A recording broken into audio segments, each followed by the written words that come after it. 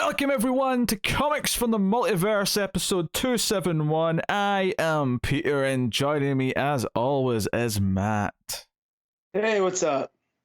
And for the first time in nearly a month, Connor's also here. I'm here for at least 2 weeks, though. You're back next week? Oh, I'm back next week, yeah. I thought I had to put up with them 1 week, Matt. No, sorry, you got 2 weeks in a row. This is very distressing I stuff. got 3 weeks off to make up for in annoying you. Do you know what? We didn't even talk about wrestling that much last week, but I feel like we have to make up for it this week now that Connor's back. Normally I would agree, but I am very tired and cranky. I mean, I'll talk wrestling. I just won't drag on and on. I don't know, just the thought of doing it just because Connor's here amuses me. Hey, That's really. fine. If you want to do that, I'll go catch up on the highlights from today's football. that table spot was pretty tough for old CM Punk. That man is 42. Oh yeah, he bounced. He bounced off that damn thing. That table, no solving. Right. Yeah, so this is a comic book podcast, DC Comics. Allegedly. We get together. We talk about the books we read this week, and it is a weird week actually. It's a weird week where I only had 3 books, but that's not to say there's only 3 books in this show. There's actually like a good 6 or 7. It's just that they're all kind of mixed up between who read what. So coming up on today's show, Matt braved it on his own for Justice League 67. Mm-hmm. Both Matt and Connor read Wonder Woman 779, and it's the first time Matt's been covering a few issues because Matt was behind for a couple. And then Matt on his own braved Superman and the Authority. Man, for the first half of these books I've got some nice easy time.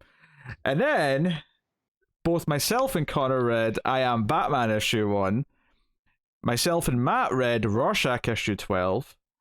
And then for Patreon I read The Joker issue 7, and Connor read Harley Quinn issue 6. So it's a weird mishmash of who read what, but I'm going to be honest here. I'm only here for Rorschach, really. I suspect that is true for most of the audience. yeah, I mean, that's what I was looking forward to. You know, so if not, I've been like, guys, I'm not feeling it today. I'm tired. I'm cranky. I don't even read Rorschach. I don't care much for it, but it is clearly the main event of the books this week. It's the main event. Just objectively speaking, it is. So, Connor, now that it's done, you should definitely go and read it because I'll probably read Fantastic together. It's real good. I really just got bored of that first issue. This guy can't account for taste. Yeah. I find for me, King either works or he doesn't. There's like not much middle ground for me anymore, especially on his superheroes. I know Rorschach kind of technically falls into that, but it's not really a superhero book, is it? No, but it is. Yeah.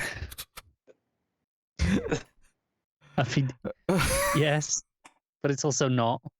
But it also is. Yeah. Okay. Somehow this is worse than the wrestling tangent.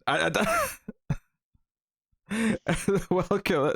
But luckily, to make up for a weird list of books this week, it's somewhat lackluster. They did grace us with Solicits for December. I think was it December? I think it was December. It's December. And some of January. Well, they did the same thing last week or last month, where they had a few early December Solicits and November's batch. So I guess that's the thing now too.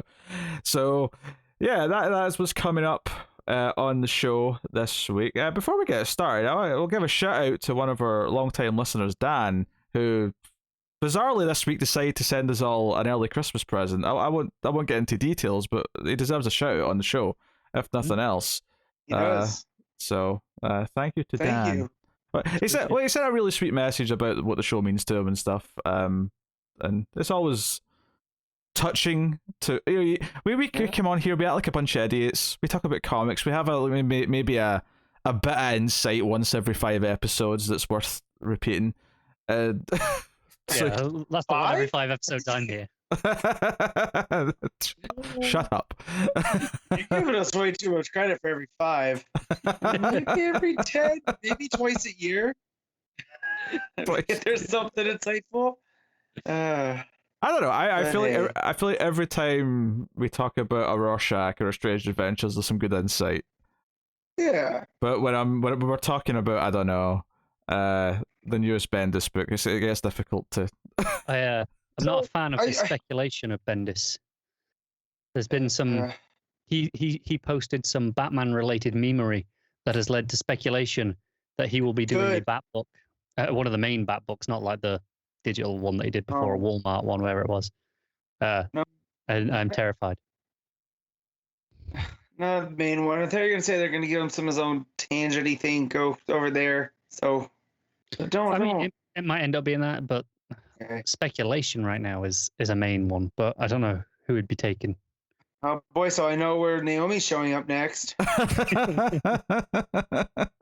I just wanted to say before Connor went on that, I've been actively trying to not partake in negative talk on things because there's just too much on the internet. So like, it's okay to not like something. But then I read Justice League this week, and I'm mad at myself. Do you know what? Speaking of not having negativity, happy Batman Day, everyone. Oh, yes, it's Batman Day. That's right. Matt's favorite day of the year. All right, I'm back. I'm not even going to fake walk off because I'm too tired, but Batman doesn't deserve that. Happy Batman Day to Dick Grayson and Dick Grayson only. It's Bat Day. Bat Weekend. Hey, Bat Week. If you ask DC, every day is Bat Day. Bat Year. Bat Decade. Bat Century. Bat Millennium. I hate it here. What on earth? Someone once compared Batman to John Cena, and I was like, "You're not helping yourself." Like, I'm clearly a CM Punk fan, so trying to compare John Cena to Batman, you're not helping the argument. All right, like we're not gonna see eye to eye. I get it. Batman sells. That's why he's on everything. Doesn't mean I have to like everything. You know, doesn't mean that everything's terrible either.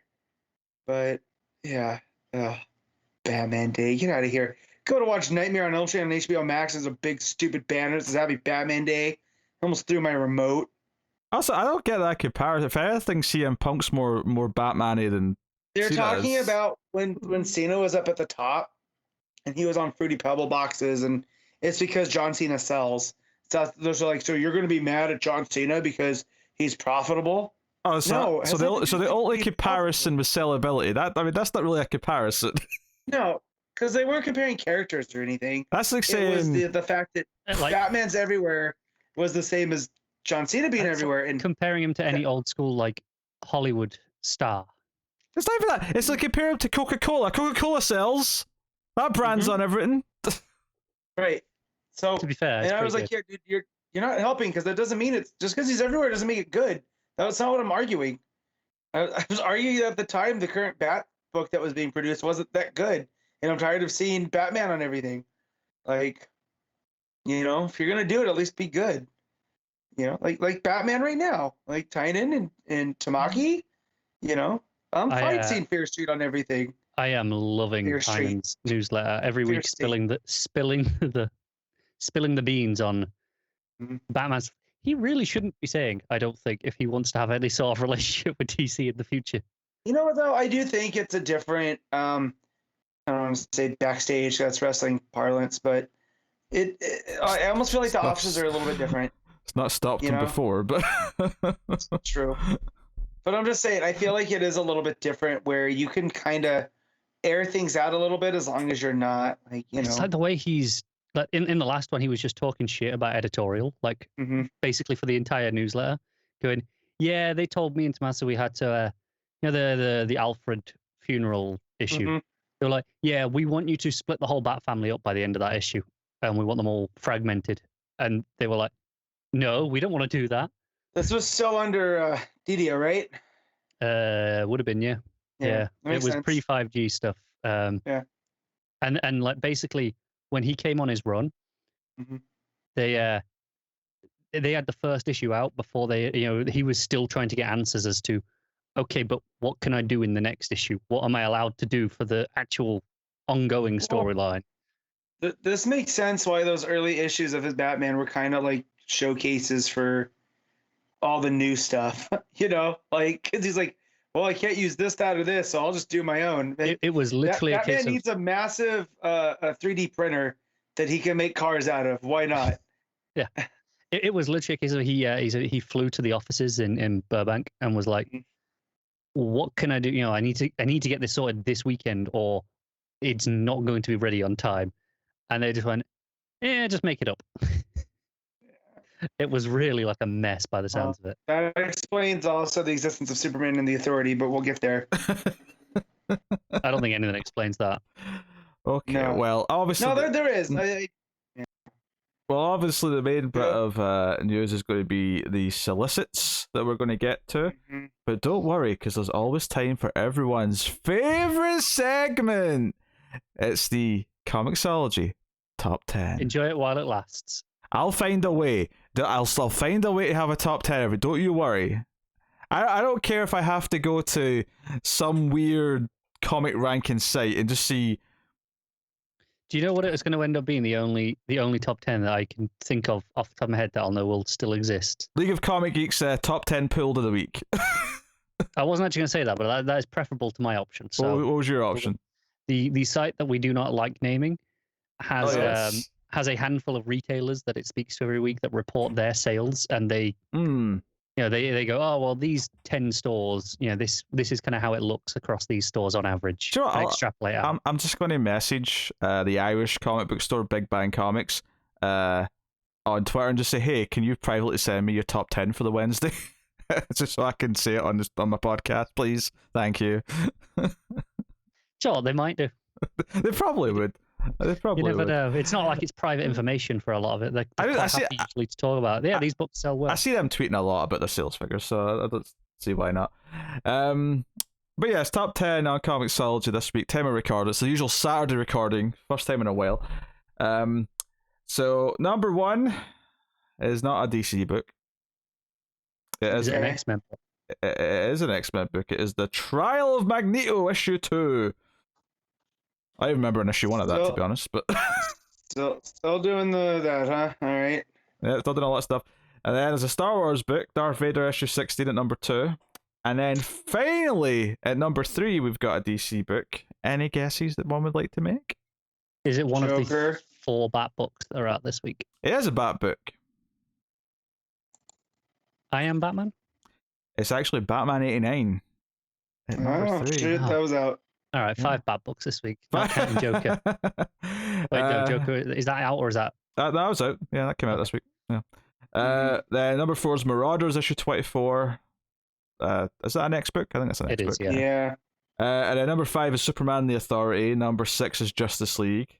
Number 7 is Eternals Thanos Rises issue 1. Okay.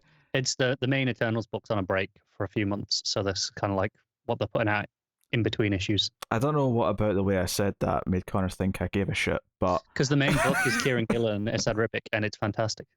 My statement stands. Number 7 is Rorschach, issue 12.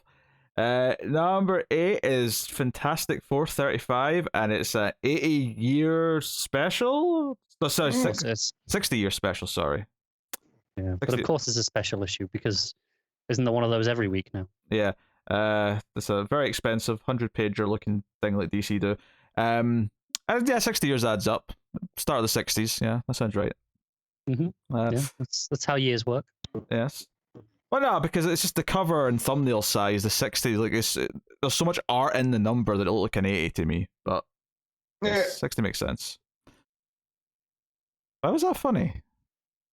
Just because you not recognizing numbers, it goes along with you not recognizing other characters. Just gave me a chuckle. I'm glad you enjoyed it. So that was number 9, and then number 10 is Black Widow issue 11, which I will read at some point. Great cover. Is one of the best books Marvel publishing right which now. Which I'll read at some point because it's Kelly Thompson. It is the equivalent. It is Marvel's current equivalent to the current Nightwing book, I would say. That's its closest comparison to DC. I will happily read it at some point. Joker's actually come out at number 11. Wonder Woman came out at number 12. I Am Batman 13. Batman Urban Legends 14. So the DC all kind of clumped up. I'm not, I'm not surprised by that. Urban Legends still selling that, relatively speaking, well. Given that's a high price book. Yeah, I mean, it is definitely doing well for it. Obviously, we all decide. Well, actually, Conrad read a bit of it, but he didn't read enough to talk about it. But we all decided not to read this one because it was all the future stories, and it just didn't. And this doesn't mean that I've dropped it necessarily. Honestly, I might jump back in next time if the stories feel more interesting or relevant. I just wasn't that fussed about doing an all future book. 80 pages of that, yeah, or 60 it feels pages. superfluous at this point. Like at least the other ones had the grifter story, right? And they had the. I think it's getting back to having like Zdarsky Fear State tie-ins in the next couple of issues, right? Yeah, that's Fear State tie-ins, which is far more interesting, I think. I mean, because to me, the appeal of that book is that it's effectively a collection of minis that aren't getting their own books. I do suspect it was a case of they knew they wanted the Fear States and they needed one issue beforehand, based on when everything else finished. They were like, let's have a theme for one issue rather than his, 3 random stories. But it does make, unless you care about, like completion's sake, like it does make it very easy to dip out and back in because it doesn't really matter in this case. So, but yeah, I'll probably read the next one for the Fear State tie-ins. So there you go. That's about it. In terms of top 10, nothing super surprising. All things considered. In terms of numbers on things. Did either of you? I know this is probably a stupid question, but did either of you happen to check out the webtoon that DC launched, the Batman one? No, I did not. No. I'll give you 2 guesses and 1 don't count. It is shockingly delightful. I do recommend. I mean, it's free, so why not? That's had over 500,000 subscribers to that now. Readership could be higher because not everyone subscribes to the series, but I mean. That's a lot of eyes on a. Yes, it's hard to compare because it's a free product versus, $3.99 at its cheapest. So there is no direct comparison to single issues, but it's just interesting to see that there's that much of an audience for it. And it is very fun Bat Family nonsense. I'll take your word for it. I'll take your word. Sure. Apparently Matt will as well. Yeah, that's good. Well. I barely had enough time to read my 4 books today. Well, this week for today. So going and finding out a webtoon and having time to do that, they're very short. I don't really like the format of webtoons because it's like one long continuous scroll like down a page, and it's kind of essentially split up into like panels, but there's no like jump to the next panel like if you're doing like guided view or anything. It is literally just scroll through. See Matt, I told you Cara would know what a webtoon is. Yeah, I do. It was a safe bet. Yeah, but when it came up in the news like a week or 2 ago, like we were like, what's a webtoon? I don't know. What's kind of anime? It's I mean, it's basically just free comics that people put up on these sites. And there are ways of monetizing it, but generally access is still free. Okay, well, let's get into the meaty stuff. Let's talk about December's solicitations and work through. There's obviously some stuff we knew, some stuff we didn't. A lot of this tends to be us just gawking at some nice covers, but that's okay too. So just kick it off straight into it with Batman 118. 119's also out, so it is still double shipping with Joshua Williamson's arc, the Abyss arc. I don't know. 119 is dated for January. Never mind. Yeah. Never mind. It's not my fault they started putting books for the following month in the solicits. Yeah.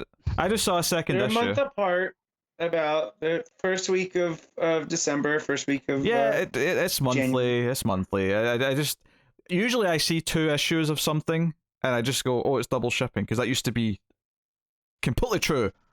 It's just they're messing me up. And to be fair, it is double shipping before this month because it's double shipping through Fear State. But okay, so 118's out in December. There's a Matina cover, which is quite pretty. There's also a Bogdanovich cover and a Jock cover. They're really whipping out all the big artists for these, aren't they? Well, that's because this is the start of the new run, so they're kind of making a point on this issue, I think, more than usual. Yeah. Well, in that case, I really hope the Bendis rumors aren't true, because that means he's more likely to take over Detective, and I don't want Tamaki's run to end. I don't either. But given that we'll get to Detective what it's doing, but it's like a 12-issue thing that's going to take place over a few months by the sounds of it. Oh. Maybe it could start after that. That sounds like a big finale, though, for Tamaki, at least, if that is the case. Yeah. So yeah, 119's there too. Also has a bunch of covers, and some of them are nice because the main covers we already saw back when they announced Williamson was taking over, and they are very pretty covers. But then there's some great variants too. Next up was a new book that was announced this week, and this is a very much the Larry David gif, the Larry David gif of like weighing up the pros and cons of this. So Batgirls is finally a thing. A title, the exact title I have been asking for probably like 2 years at this point, is finally happening. Batgirls issue 1 is coming out in December. However, the creative team is not necessarily one that I am super excited about. Written by Becky, Cloonan, and Mikel W. Conrad, who are the current writing team on Wonder Woman, and I've obviously done things in the past. We got art by Jorge Corona. So I didn't love their Wonder Woman. So I'm a bit skeptical of the actual rating of this going in. Mm-hmm. But I'm hopeful. I'm going to try and be optimistic because I do really want this to work because I really like the concept. They've been describing it as an all ages book as well. Like obviously it's not under one of the other labels. It's still core continuity, but they're treating it as an all ages book, which I think should be delightful. Yeah, I don't know if I wanted it to be all ages necessarily, but I don't think that gets in the way of what I want from these characters either. So whatever. You want to see Cass just snapping necks? I'm not against it. I'm not against it. That's all I'm saying. There's lots of books that we can see Cass doing that in. It doesn't have to be in the Batgirls book. So I mean, I hate some of these covers, but I like some of the other ones. So yeah, I don't know who did the really like the watercolory looking one. It's a little manga-esque, but I think if this is the vibe they're going for in the book, I'm very comfortable with that. The one before that I really like. I'm not sure who that is that's done that one because there's like 4 or 5 covers here. The cartoony looking one. I think that's Dan Hip. I mean, I don't know. They're all kind of cartoony looking, to be honest. That's just not. The only one I know which is the second one on Newsrama. That's the Inhyuk Lee one. I'm almost certain. Sure. Okay. Well, it's the one after that and the one before the manga watercolor one that I quite like. Yeah. But the watercolor one's all right, although it is a bit like I hate how Batgirl and Nightwing look in the background of that one. I hate that art style. Yeah. Oh, just like standard chibi stuff. Yeah, chibi stuff. Shit, trash, throw it out, get rid of it, burn it down. If the run on Batgirls is anything like the run on Wonder Woman, it'll start off with a bang, and then slowly get to the point where you're just like, okay. I suspect I've been enjoying Wonder Woman more than Matt has. Yeah, but here's the thing, Matt. Here's the thing. Very different characters, very different setting, and I'm hoping that these types of characters and their banter, which is very different from Wonder Woman in her fantasy, land, is at least lands plurals. Yes, I'm hoping that makes a difference. Issue 2 is also solicited here for January, so that is neat. Yeah. The main covers are not bad actually. As much as I was praising that one variant, I do think the main covers for both have got a nice sort of edgy, kind of fun style to them. So I'm hoping for the best. I'm hoping for the best. I like the Christmas one where they're making a snow bat. And the main cover being good is a good sign because that's also the interior artist on these first 2 issues. So yeah, good stuff. That's Jorge Corona I'm referring to there. And then we get to Detective Comics, issue 1046 for December, and then the next one will be January because that one's right at the end of the month. Well, that's where the first one's it's just Fierce Day Aftermath, whatever. The next 2, which are both January, are interesting. This is the one where we need to talk about what they're doing. I will mention that in a minute. What I want to talk about first is the variant cover on 1047. That's the first one that you're looking at when you look at it. It's gorgeous. Oh, the film poster. Yes. Yeah. Look at it. It is beautiful. And I call it Gotham the movie because then that makes you think of the crappy TV show. But And I shit you not, it's already my phone background, okay? It's already my phone background. See, I would hate that as a I phone did that. background because all my apps are like side loaded on my left side of my screen often, so I'd be covering up everything. I saw also my lock screen though, so I mean, I get to see it Yeah. first, so it's just nice. I made my lock screen Kate Bishop from the new Hawkeye show coming. Very excited. Mine is currently Carrie Andrews Wonder Woman. If you can see that. Oh, I can't. very good. It went It off. just disappeared. That's all. Anyway, it went off, and I just saw my own reflection in it, so that was delightful. terrifying. Wait, you don't have a reflection. You're a vampire. So yeah, so what I'll do is I'll read the 1046 is fine, simple issue. That's Tamaki and Dan Moore. We get to 1047, start of this 12-week thing, or 12-issue thing, I should say. This is Tamaki with art by Ivan Reis and Danny Miki on this first one at the very least. Backup by Rosenberg, and some of those backups have been solved. The detectives had this consistently. And, backup art by Blanco as well. Yeah. Consistently good backups on Detective, and the last couple which have been teasing this Task Force Z story coming up has actually been surprisingly great. So I'll read this though. I'll read the solicit for this 1047 since it's the start of this thing. The Tower begins a 12-part weekly detective. Oh, it is weekly. Okay. Yeah. I thought I'd made a mistake when I said that. A 12-part weekly Detective Comics event starts here. Arkham Asylum has fallen, and in its place, Arkham Tower has risen in the heart of the city. A pitch made by the mysterious Dr. Ware. Unlike Arkham, Dr. Ware promises his methods and drug treatments will heal Gotham's criminally inclined for good. A claim that skeptics like Deb Donovan and the Bat family don't believe. There's something wrong with the Tower, with Dr. Ware's methods, and with Batman away from Gotham City, the rest of the Bat family is going to find out what, but not before everything explodes. So what's really cool about that, there's a few things I like in here. So this is going to be a Batman-less 12-issue story. That is kind of awesome. At least for the most part. Maybe he'll pop up, later on, but at least to start with, he's going to be absent. So that's kind of neat. Having Deb be at the center of it as well is a great thing, because that's a character that she's done a good job of building up over the course of her run.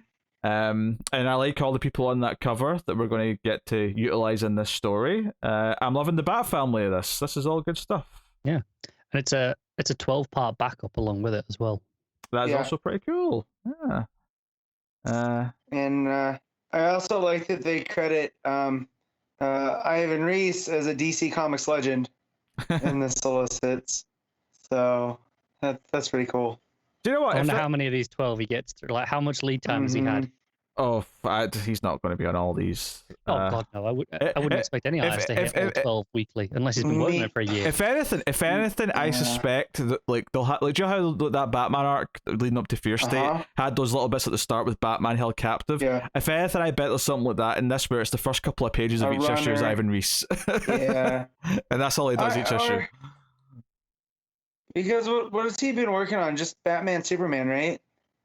Last I've noticed, yeah.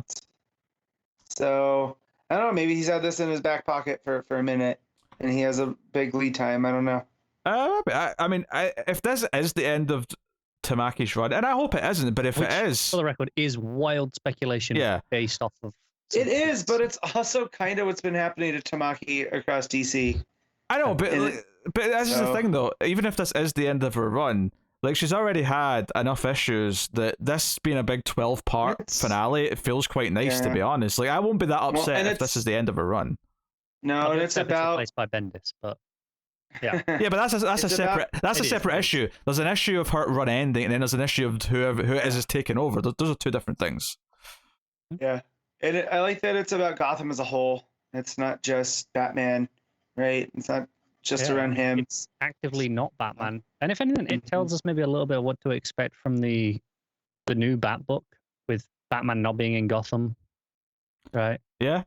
Which I know they teased because they talked about, hey, the costume that he was wearing was like, oh, that's a clue, and it was the Batman ink.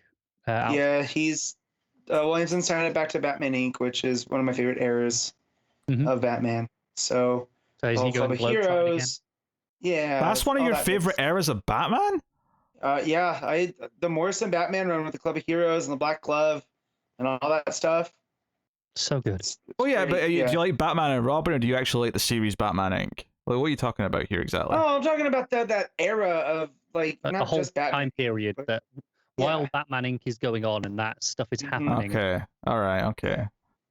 And Batman Inc. was fine too up until they made Morrison wrap it up in one special, and it was like, oh man, come on.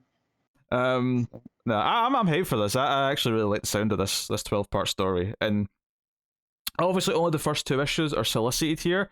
But keep in mind, these are 2 issues for January, and this is the December solicits. So at the very least, the next 2 issues will be in the January solicits. If not the next 4, given the way they're doing this now. Yeah, if not the next 4. Are we getting to the point here where they're going to start? It's more like the last 2 weeks of one month and the first 2 weeks of the next month. I think it might get towards that. I wonder if it's something to do with. Obviously, they moved away from Diamond now, and they're doing it themselves.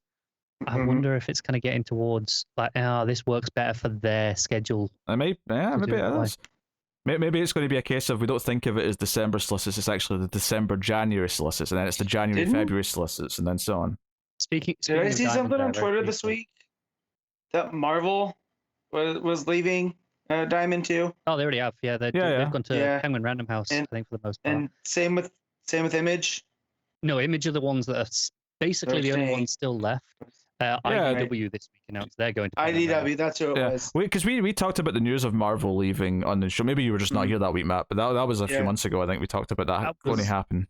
Pretty big news in itself. Yeah. But well, I do know that there's been times that my shop has had all their DC books and nothing else because of Diamond. I give Diamond a year at this point till Image and anyone else leaves. At least the big ones. They say diamonds are forever, but not this one. Diamond Comics distributors, though. So yeah, Detective Big 12 week. Honestly, I could be more hyped for this. This is exactly the sort of bat story I want to look forward to. So, cool stuff. Then Justice League 2021 annual issue 1. This is December, and it's an annual. It's Bendis. The one thing to note here is that it does mention it's teasing a story for 2022, which is Justice League versus the Legion of Superheroes. So I'm sure Matt's super pumped for that. 2 years ago, after reading Bendis's Also, him saying OMAC is the Solicits is Kirby's greatest creation. Come on, it's Jack freaking Kirby. Though, what do you choose though? Like, not OMAC. No, I agree. But even if we're limited maybe just to DC creations, I don't know. I might go with Etrigan personally, but I could accept an argument for Darkseid. I think Darkseid's probably the one that I'd jump to, but probably the most important. I would definitely agree with, but it doesn't necessarily make him the best, at least not for me. Here's the thing: OMAC wasn't really relevant for how many years before Rucka did the OMAC project? For about 40. Right. 30. So you really can't say greatest creation. Like, this man also helped create the Fantastic Four and Galactus, and I saw that. It doesn't even say his greatest DC creation, just greatest creation. Hey, come on. OMAC's better than Fantastic Four. That's not. What about Thor? Thor? I'm pretty sure Thor was a myth before Jack Kirby came along and. Right, Jack Kirby's version, he wasn't. Hey, Thor is much more closer to the God of War character everyone's pissing on. We're just like, go do your history, you nerds. They've all been brainwashed by Marvel and Chris Hemsworth. Right. Yes, they all want the handsome blonde man. And Adventures in Babysitting, where it was a Vincent D'Onofrio. Yes, I'm sure that was extremely influential on everyone. Yeah, it was. It's basically Marvel's Thor, but still, that was the joke. The kid thought it was Marvel's Thor, right? Because she was a fan. Anyway, so next up, Catwoman Lonely City issue 2. This is the Black Label book that starts the prior Cliff Chang. Yep. So obviously that's one to check out. We'll be curious to see what that ends up like when issue 1 comes out. Dark Knights of Steel issue 3. Tom Taylor's fantasy alternate DC take. So excited. Also, I think I need all these Middleton variants. They're just so good. It says Connor written all over it. It does. It does, doesn't it? It does. I feel like All I'm saying is, if we get to the end of our end of year annual, and we're talking about best book of the year, this will have had 3 issues by that point. Oh no, we'll only have had 2 issues. This is actually a January solicit. Apparently, issue 2 was in the December, the last bunch of solicits. Mm-hmm. It'll have had 2 issues by the time we record that. It'll probably still be in contention for my book of the year. Well, while we're talking about our patron saint Tom Taylor, I saw an interesting bit on Twitter of someone accusing his writing style as fan fiction written by an actual creator, and I was like, well, So technically, that's all isn't that licensed all work then? right? So I was like, I understand how it was meant to be a slam, but anything that's not creator owned, isn't that technically fan fiction? I Yes. mean, there's levels of something feeling like fan fiction. I would not say that his stuff feels like if you want to go and experience something that feels like fan fiction, watch the new Star Wars trilogy, right? I think that's fan I fiction. suspect where they're coming from with the fan fiction argument in regards to Tom Taylor, especially in regards to now. But I'm not saying I agree. Understand something I'm saying no. I think they're coming from like the relationship with Babs, kind of like putting that all back together, because that's he obviously enjoys that relationship as a fan and did enjoy that, which is why he's pushing to bring it back. But how's that any different than anything Jeff Johns did back with the Justice Society, where now that I'm watching Stargirl and seeing the fondness for those characters, the only difference is that this relationship was more well known by the general comic reading populace. The thing is, though, this is a stupid argument. This is a stupid discussion to have, and I'm bored of it already. And I'm bored of it because no, let me finish. I'm bored of it because you literally cannot write a comic book character without it being classed under fan fiction by this logic.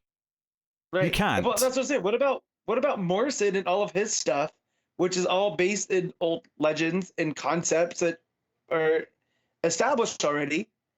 Like, so is he just plucking stuff from the universe and putting it together, and that's fanfic? Like, it was a very reductive argument, and part of me was pissed because it's Tom Taylor, and I want to defend Tom Taylor, but the other part of me is like, well, wait, are you just saying this because you heard it somewhere else? And now something can feel fan fictiony because it feels like a bunch of dumb. Like, you can almost imagine a dumb conversation between friends, which is, well, if this happened and this happened, then it feels unearned, right? Like when you get to the end of Terminator Genesis and Arnold has liquid metal over his skeleton, he's modified to like a hybrid. It's like, this is some stupid fan fiction idea that someone thought of. Like, that happened in Genesis? Oh yeah. I'm so glad I never got to the end of Genesis. I forgot. I never got past the start of Genesis, but not the point. Wait, that's the one with Khaleesi in it, right? Aye, that awful actress from Game of Thrones, yes. Yeah, Emilia Clarke. Man, I forgot about that. I watched that. I reviewed that. That's the example I love to bring up when I'm talking about when something feels like fan fiction. Yeah. That is the example. It's Arnold gets T-1000 add-on abilities. And I just wanted to say, like, with Tom Taylor, I understand that argument with something like Deceased or Dark Knights of Steel, right? Because that's kind of the premise. Is like, what if there was a zombie? That's a separate thing. When it comes to something like a relationship between two characters, which has a history in the comics, like actually trying to use the history and using the backstory to like have that inform the stories going forward and have that history matter and how they interact with each other is good writing. It doesn't matter if he's doing it because he's a fan of their interaction. He's a fan of their interaction because there's a chemistry there to begin with. People are such goddamn tools. His Marvel work, I can't think of really any that stick out. Like his all new Wolverine just felt like a fresh new take on a character.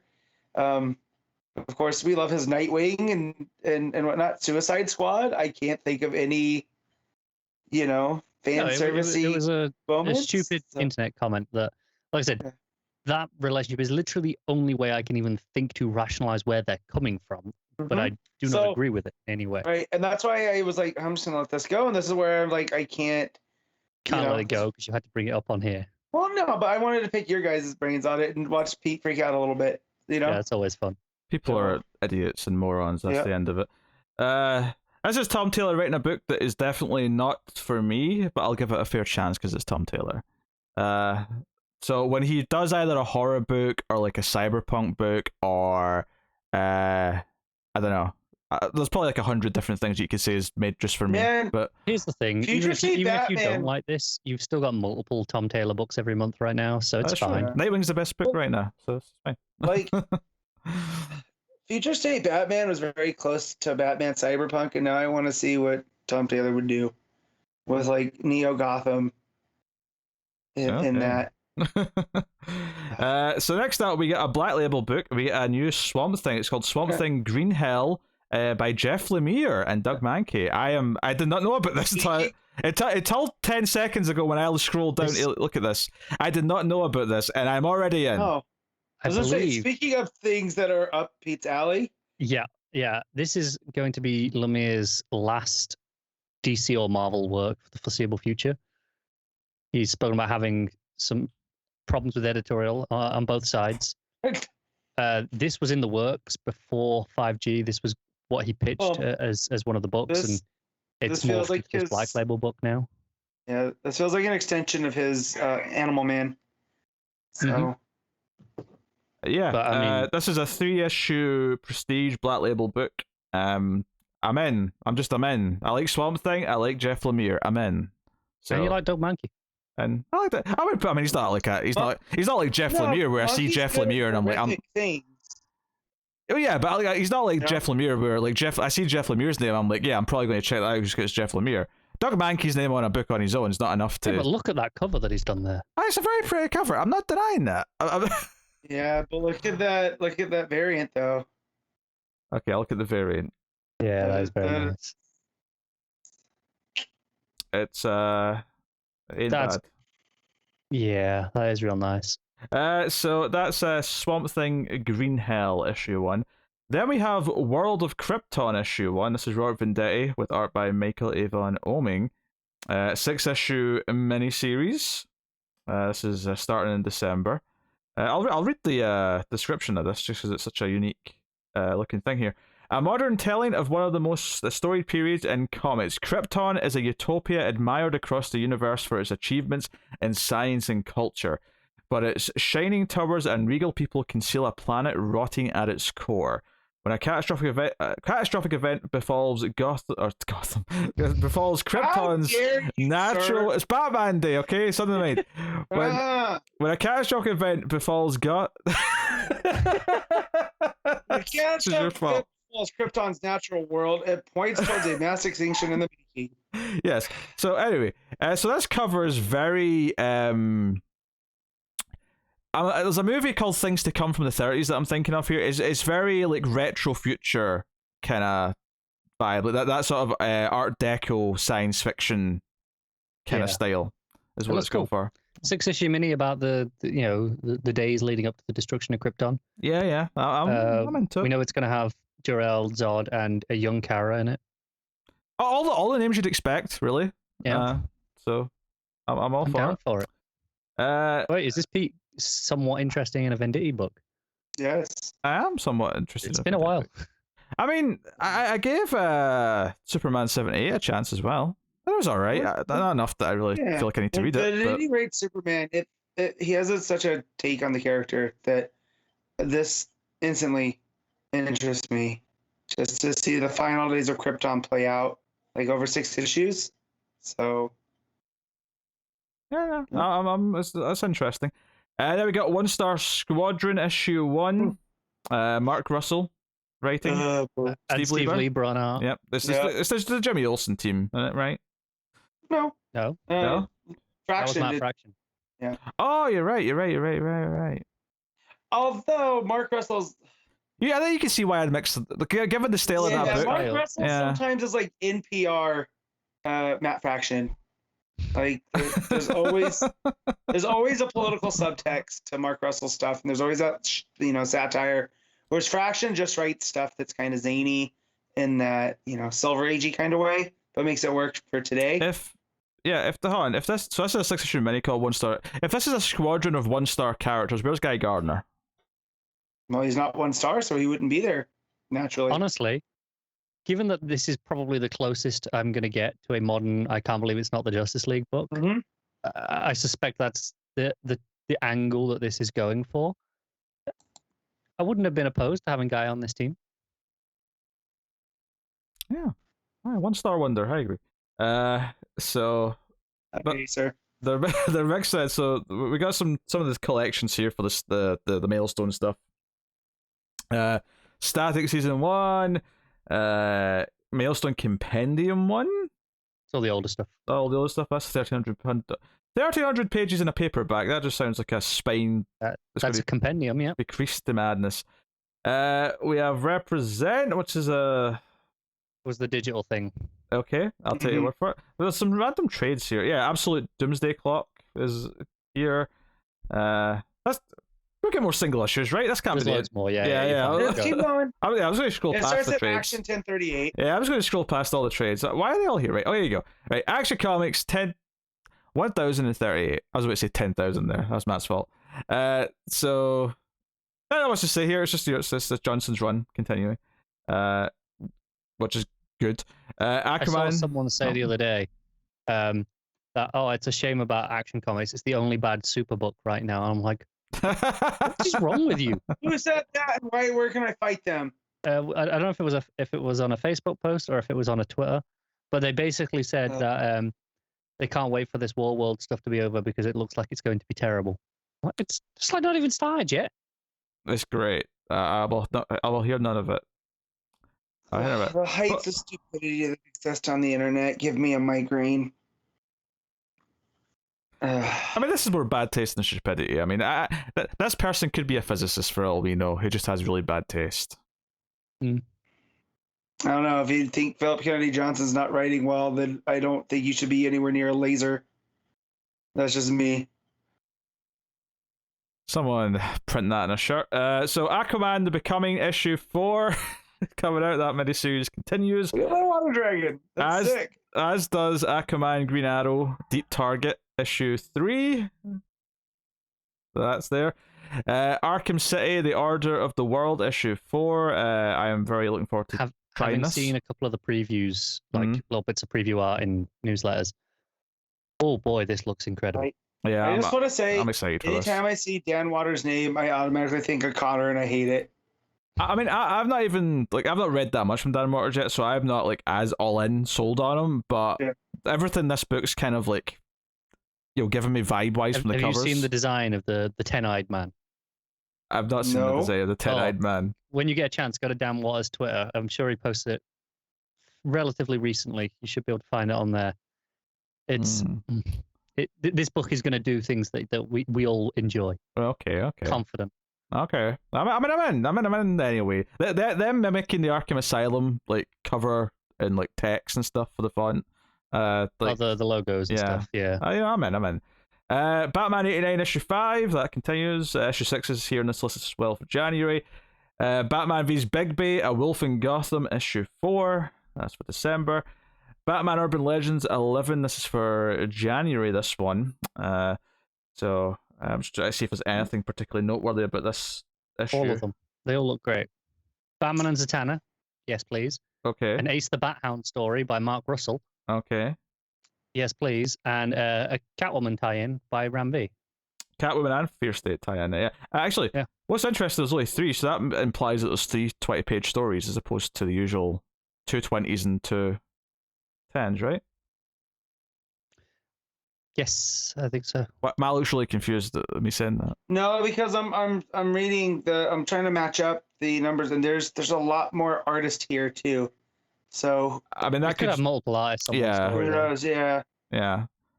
But I mean, just the written by has an extra name too, which I'm not going to try to pronounce right now. That's true. That's true. So yeah.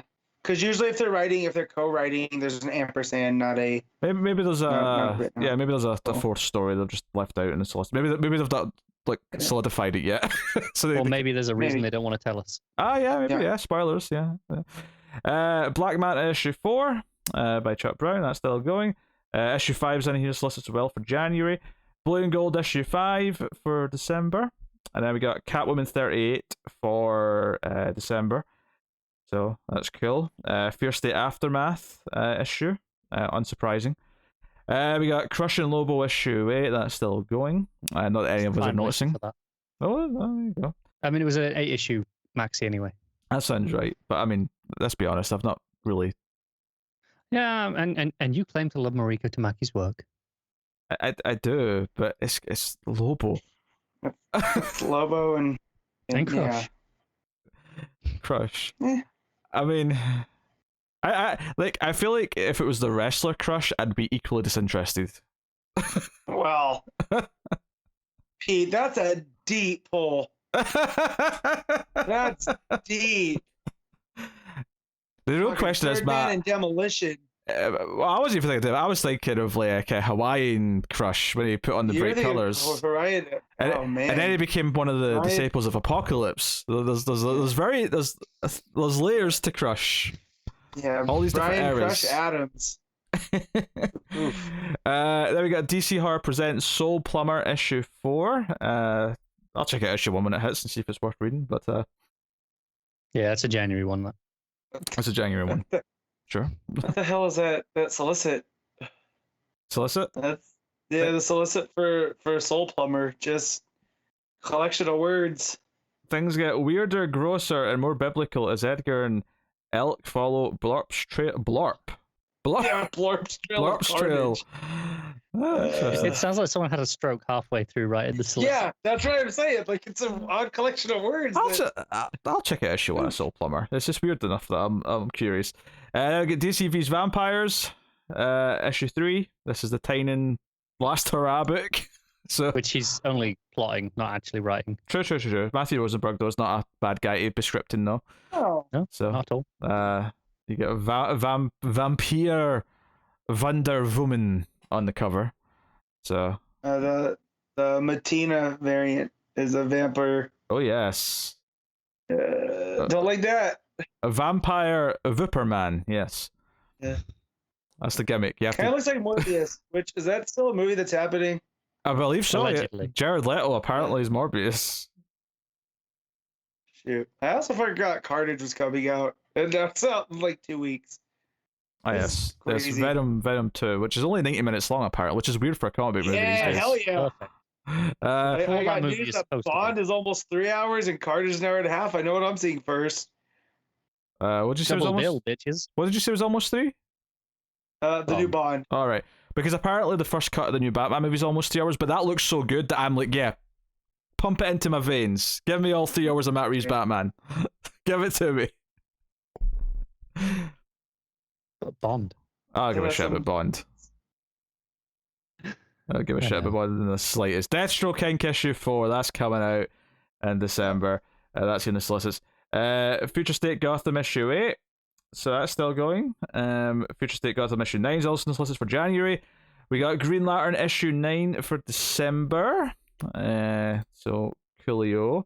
Oh, I kind of like that variant actually with Joe and Kelly with all the lanterns in the background.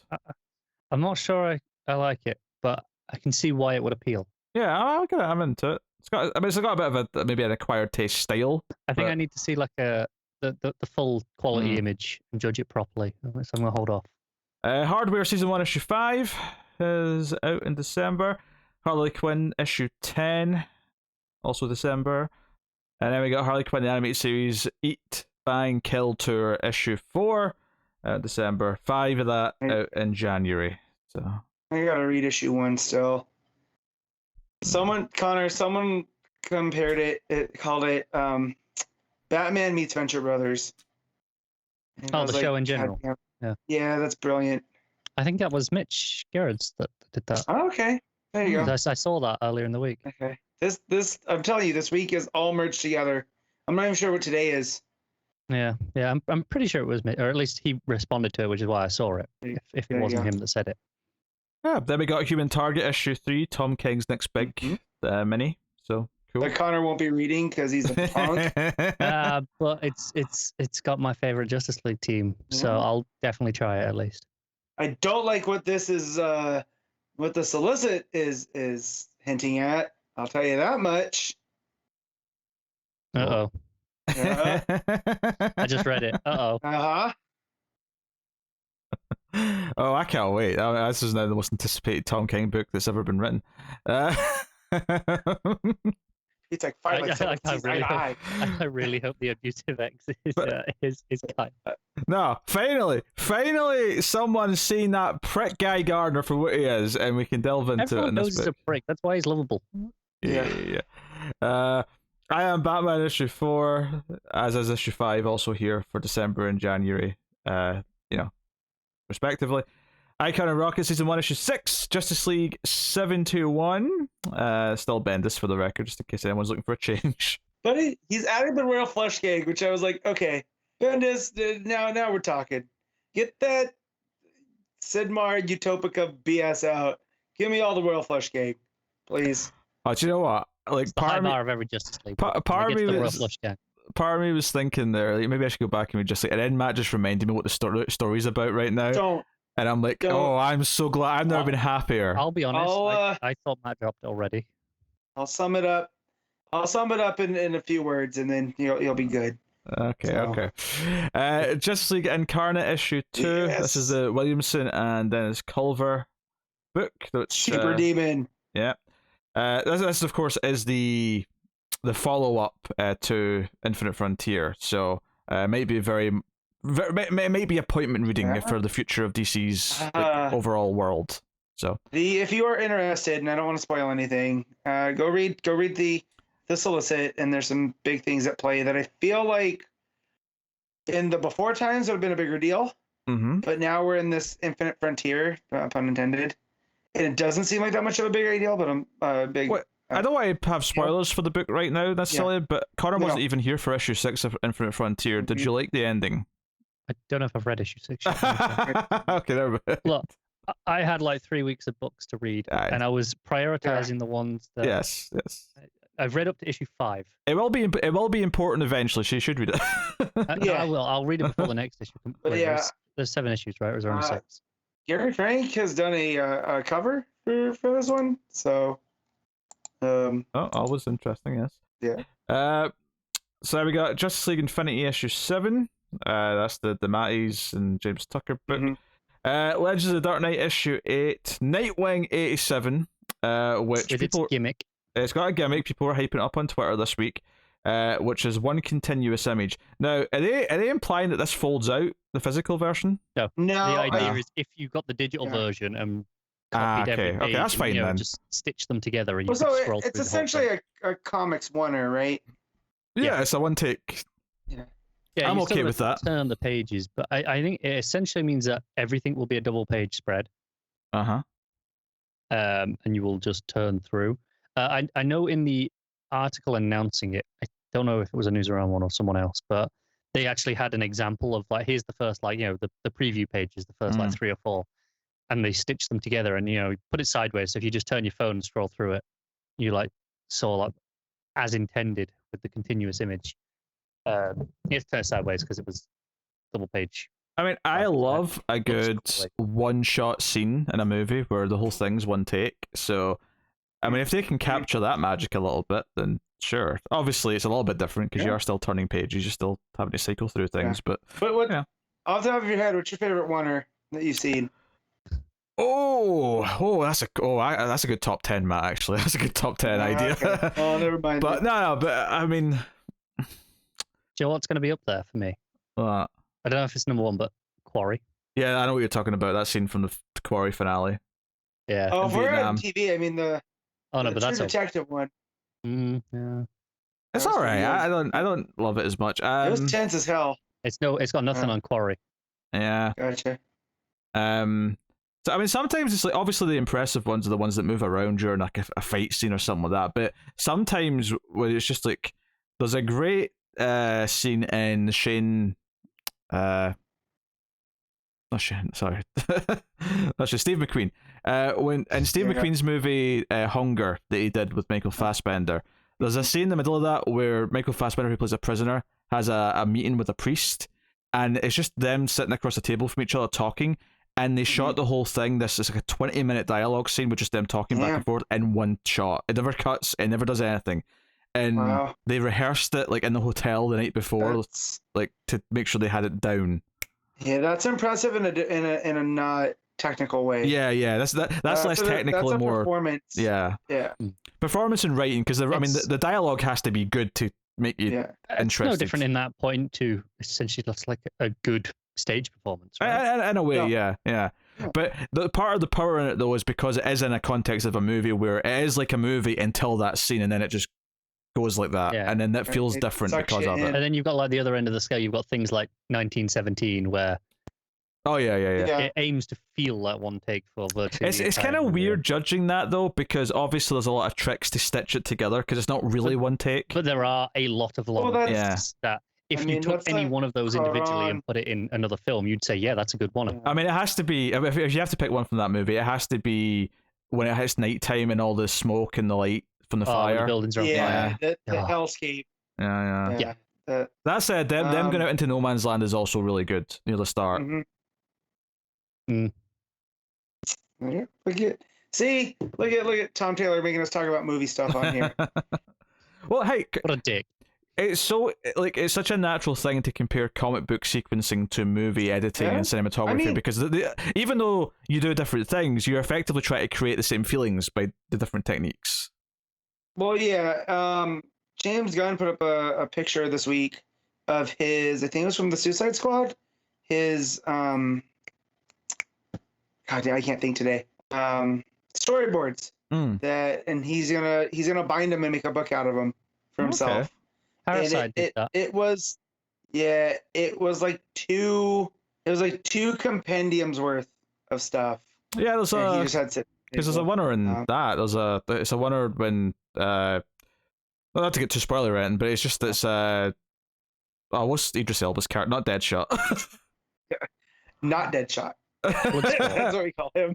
Bloodsport, did you say? Is that it? It's Bloodsport, yeah. So it's Bloodsport and Peacemaker are basically try to compete and show off who's a better killer while they're invading a camp, and it's sort of like it's a winner that goes between them as they're killing people, and it's just quite good. But so there's a winner. I just wanted to bring up you said with comics and movies and storyboards seem to be the I'm pretty sure bridge. Parasite released their storyboard as a graphic novel.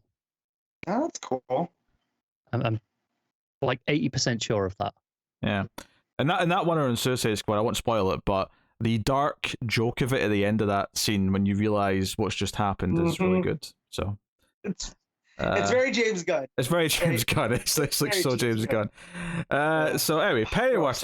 Back to the Solicits. Pennyworth issue 5 and 6, December and January, respectively. I hate how good those Fornes covers are for every single issue of this book.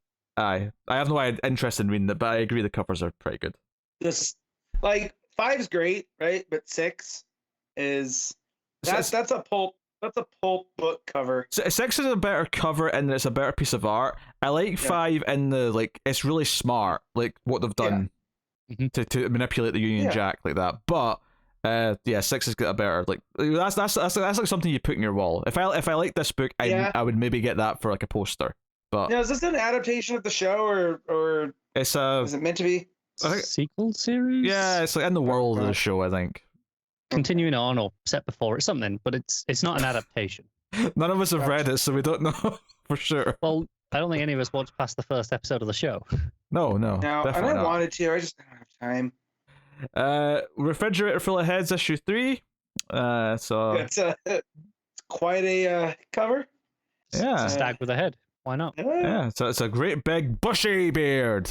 Now, does this because we know this isn't the original writer? Mm-hmm. Does this feel like more of like a grindhousey take on Basketball Heads? Oh, I don't know. It's more of like I don't know until we see it. I mean, obviously it's a thing where it's sanctioned. There were, obviously Joe Hill is still curating this, so I suspect that because it's going forward. It's going forward in time to a new decade and the continuity. So I suspect it may have a different feel. I kind of hope it has a completely different tone. In the same way that like some horror franchises where you'll go from one film to the next, then they'll just be like completely different. Yeah, I think that's cool. Just basing off of this feels like much more Escape from New York than like that kind of grimy, seedy kind of stuff versus what the last one was. But either way, I'm gonna read it because I really like Basketball Heads. Didn't quite stick the landing, but still a fun read. Robin issue 9. What an ensemble on that cover. I actually think that might be the cover for Robin's. I think there's a mix-up. I mean, a lot of these characters have shown up in Robin already, so it's possible. It is, but if you scroll down a couple to the Robin's solicit. Oh, yeah. Well. God, get you and your logic out of here, Connor. Right now. Yeah. Okay, so Robin issue 9, right? We got... I thought he was just going off of a hunch. Like, I don't know. That's a lot of Robins. Well, let me get through these then. So Robin and Batman issue 3 is next. And then Robin's issue 2, which has the same cover here, which means it's probably for that. But, fair enough. I forgot about Robins. I'm actually down. So we're getting Robins and Batgirls. I kind of like that both of those exist at the same time. I can't believe we're going to have Robin and Batman, and Robins all at the same time. This is true. No Superboy's book. Yeah. I mean, Robin and Batman's, I don't think it's officially a black label, but it's in that kind of format. Yeah. Yes, and that's also the... It's a January issue, the one that we've talked about here. Yeah. So that's the three issues, oversized kind of thing. Which it's Jeff Lemire again, so and Dustin wins. So and Dustin wins. It's probably going to be pretty great. Yeah. So all good stuff. Exciting. Scooby-Doo, Where Are You? 113. Suicide Squad, King Shark, issue 4. That's Tim Seeley and Scott Collins, just to remind everyone what that miniseries actually is. And then Supergirl, Women of Tomorrow, issue 6 of 8, as well as 7 of 8 for December and January. Superman 78, issue 5. And then Superman vs. Lobo, issue 3. And then we got Superman Son of Kal-El, issue 6. Obviously, that's the Tom Taylor one. And Task Force Z, issue 3, coming out. And oh no, that cover. What's wrong with it? Oh, it's just what it says. I don't want to spoil in case people don't. Oh, okay. Well, this makes sense though, because I like this. Yeah. I like that they're using an actual death that happened in the relative. Yeah. I don't like that it makes me rethink those feelings. I know. That's all. Oh, the variant's quite nice as well. Actually, it's the morgue drawer with the hand coming out. Oh, that, I really like both about stuff to put up on your wall. Oh, that one right there. That's Halloween vibes. Oh yeah, the other one's cool too. I like the man bat hand one though. Yeah, that's what I'm talking probably about. do as well, but just to be fair, both are pretty good. God damn it! It's gonna pull me into reading this, and I don't want to read this. These covers are too good. Oh, I'm hyped to read this. Why did you not want to read this, Rosenberg? Plus, the backups setting up have been good as well. I didn't read the backups, Pete. Well, it sold me on it, so. Yes, I know, and I wasn't listening when you were talking about them because I didn't want to get invested. Because we all know how I am. Stop reading shitty. I'm gonna read it. Stop reading shitty Justice League. Read Task Force Z when it comes out instead, right? Yeah, but I have to buy Justice League to get Justice League Dark. So it's money spent. No, notice how that wasn't money well spent. It's just spent. It's money spent. Oh, so funny. Teen Titans Academy issue 10. And then we got Batman Scooby-Doo Mysteries issue 9 and issue 10. Flash 777 with no cover, interesting. I guess it's just not ready. Or maybe there's a secret. I don't know. Yeah, that is a strange solicit tag. The first line, Justice League Dark on Gemworld. Yeah, that's weird. Wait, this is a Flash book? Yeah, it does mention Flash. I mean, he joins Justice League Dark apparently for Oh, Matt, you might want to jump onto this. To Gemworld, I'm sure. Having traveled to Gemworld by the second dimension, Flash joins the Justice League Dark and the Princess of Gemworld Amethyst in a race against time to thwart Eclipso's evil plans. I mean, I hate a lot of the sound of this, to be honest, but but every word of that was like Matt focused. It was Matt bait. He gets it. See, except for Gemworld. There's jail bait and then there's Matt bait, and they're very different things. But I should hope so. Yes, 100%. By the way, no overlap. There's a short documentary that at least Connor should watch called Helix. That's not short. It's about an hour 20. It's about this band that played in Disneyland. They came out on trying to capitalize on Star Wars, right? And they were like the 70s rock band whose main hit was called Jailbait. And they played this at Disneyland for families. It's wild. That doesn't surprise me. Yeah. It's called Helix, the story Live from the Space Stage: The Story of Helix. So y'all give that a watch. It's up on YouTube for free. I probably won't, but I don't watch a lot of documentaries. Still a reason why. Connor, do you like music? I do like a lot of music, yeah. There you go. You'll like this. Okay. Joker issue 10 is out, as is 11 in January, which is also solicited here. Joker presents the Puzzle Box issue 6, Matthew Rosenberg. This is a weird one that I kind of passed me by because it did this weird digital first format release, and it just kind of made it weird, and I wasn't sure what to do with it, so I'll read it in trade later. I do like that cover, though. The cover's nice. Swamp Thing issue 10, which is actually the final issue of this 10-issue run that was, we were told they could get a second season of it if it sells well. I hope that happens because it's really, really good. So. Even if not, give me another Ram V book to make up for it. Oh, true. Yeah. Ram V Kite Man. Okay. Hell yeah. Why not? Yeah. Titans United issue 4 and 5 for the 2 months respectively. You're used to what I'm saying at this point. Wonder Woman 782. Man, that's a good cover. Yeah. Wonder Woman Evolution issue 2. This is Stephanie Phillips' book, which I had forgotten existed. About 6-issue mini. Presumably it was in last month's Solicits too, and I've just forgotten about it. Crime Syndicate. That's a trade. Oh, good. That's a trade. We're back to trades. So there's more trades. We're at the bottom, man. So we didn't. Get it. Well, there's only 3 trades at the bottom though. They put most of the trades in the middle, like a bunch of bastards. Yeah. Why can't they just stick to one format? It's so annoying. Guess on my tits.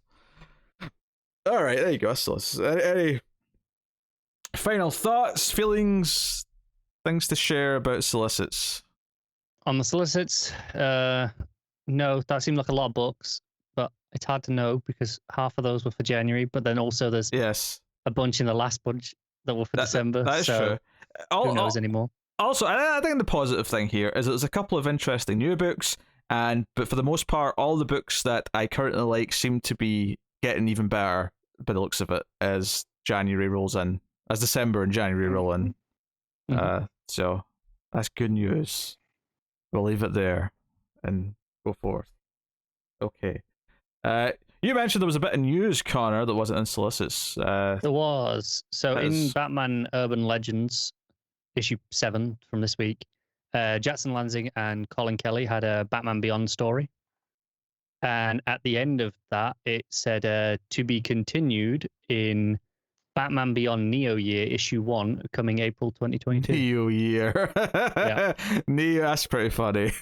Yeah. So I'm assuming that is going to be Lansing and Kelly on that book. Stands to reason. Are we sure it just won't be in Urban Legends? Well, unless they're renaming Batman Urban Legends Batman Beyond Neo Year issue 1, then probably not. We actually titled the book, so is it actually called issue 1 though? Yeah, it says Neo Year issue 1. Okay.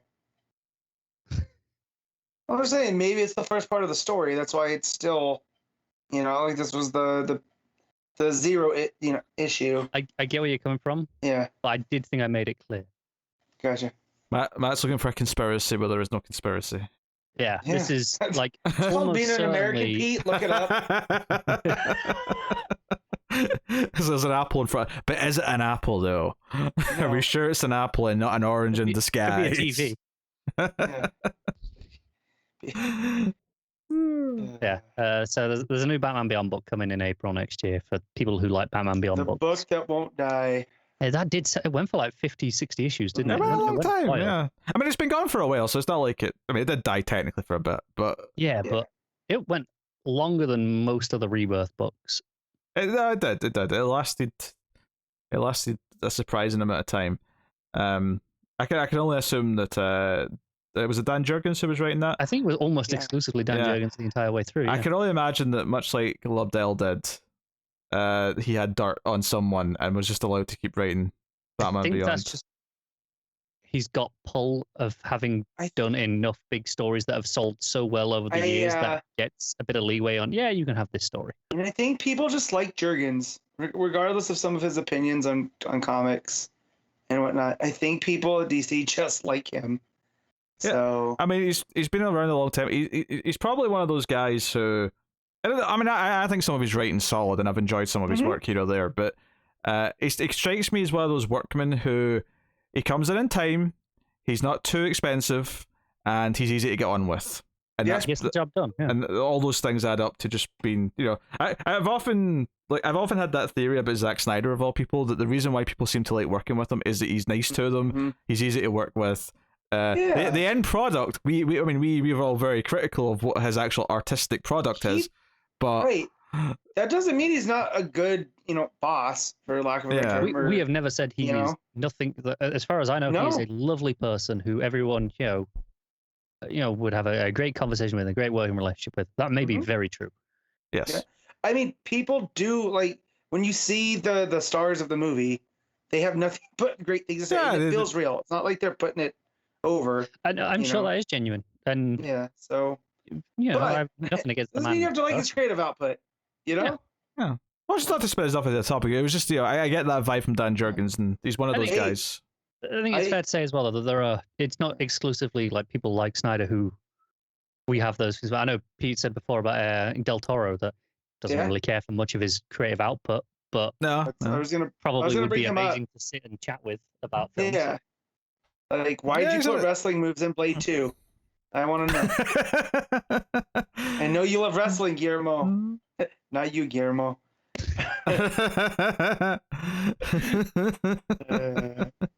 Guillermo. How have we not had that meme yet? Anytime he doesn't get a project. Yeah. Not you, Guillermo. Oh, man, I'm so mad I didn't get to go see his museum exhibit from all his collectibles. I know his wife was like, you have to get your own house for this. I know you mean Del Toro, but I'm just imagining Guillermo from What We Do in the Shadows now, and it's even funnier.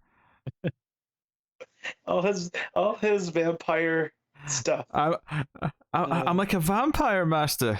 No, but you're not. No, are you, Guillermo? You're not. You're not a vampire. Not you. My wife is taken to any time we've seen Halloween stuff and there's a bat. She's taken to yelling back. Back. Oh man, What We Do in the Shadows, bringing people together. Oh, so as good. It should. I'll preview what I get to next. I've watched the first season, but I got suckered into watching Ted Lasso. God damn it, it's good. No, I hate it. I've been binging 8 out of 10 Cats Does Countdown, so that's what I've been doing the last week and a half. I can respect that.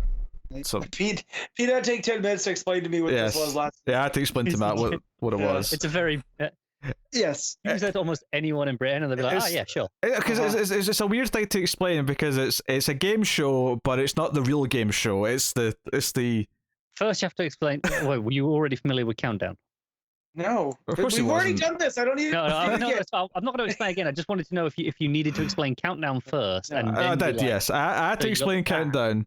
I had to explain 8 out of 10 cats, and then I had to put them together. Yeah. Oh, yeah. God.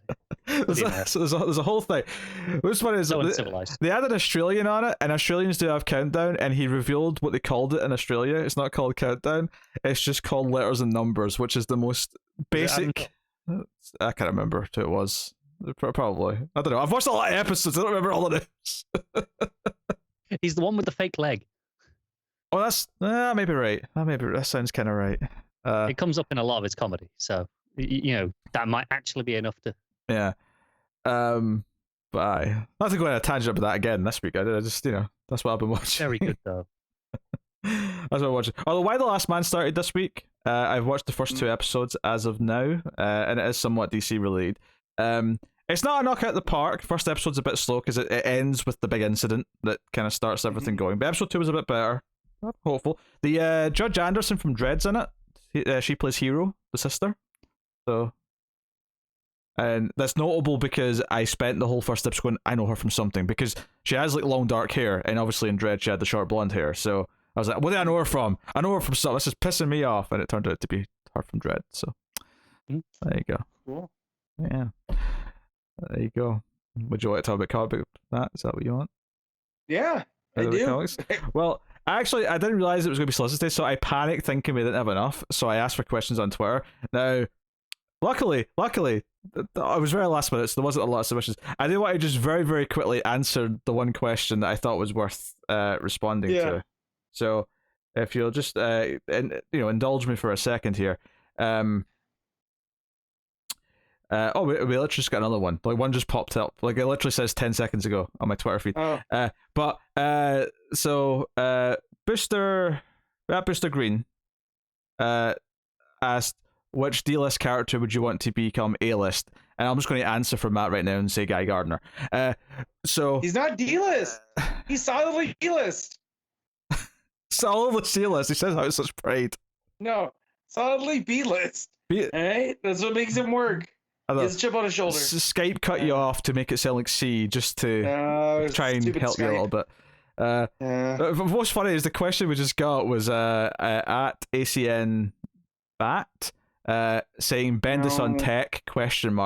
And I'd say I hope not, but I think we've covered that already. I think we have talked about that. We've covered it, but I just wanted to acknowledge it since it happened to pop up the second I looked.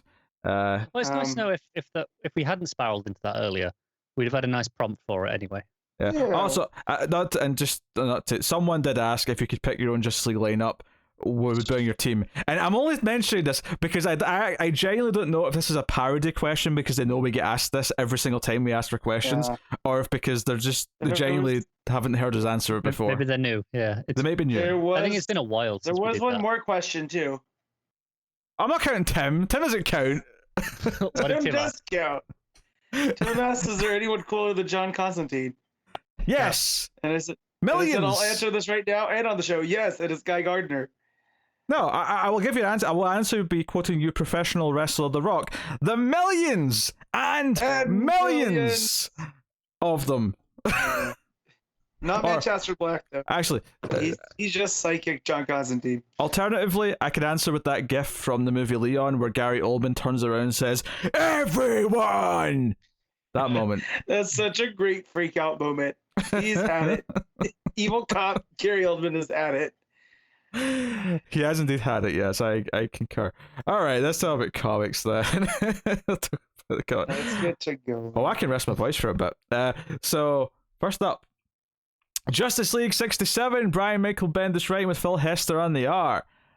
Matt, take it away. Can I guess Matt's review? He said it would be a few words. Is it? It's shit. I'm glad the Sid Mario Utopica stuff is done. And it wraps it up by Bendis basically. So the Justice, what are they called? The it's good stuff. No. I want to call them Justice Incarnate, but they're not. It's the other one. It's the United Planets, the United Order. They each of their people get their own page to introduce themselves, and there's a blue Daxamite that looks like Namorita from the Avengers or Namora, whatever her name was. It's just weird. I've never seen a blue Daxamite before, so that was strange. But they show up to help the Justice League fight the Senmar Utopica, but Superman and Batman end up teaming up and trapping him in the Phantom Zone.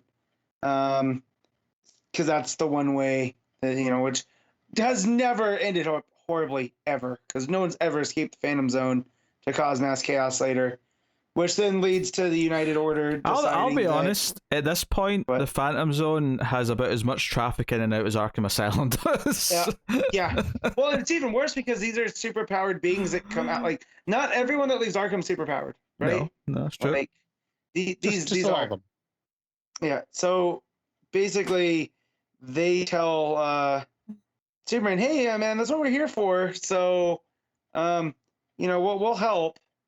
Anytime you need it, but you got to turn on the Phantom Zone projector because that thing's way too, can't be leaving it in your hands." And Superman's like, "Well, no, you don't.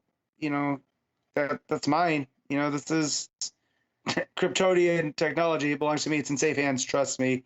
And they said that no, we deem it acceptable for you to hand it over.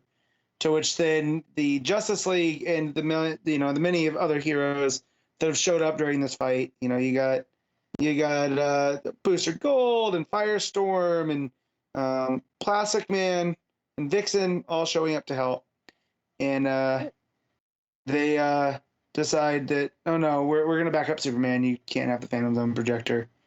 And then in the basically the B plot, you got the Damon Rose, who Bendis is slow playing this.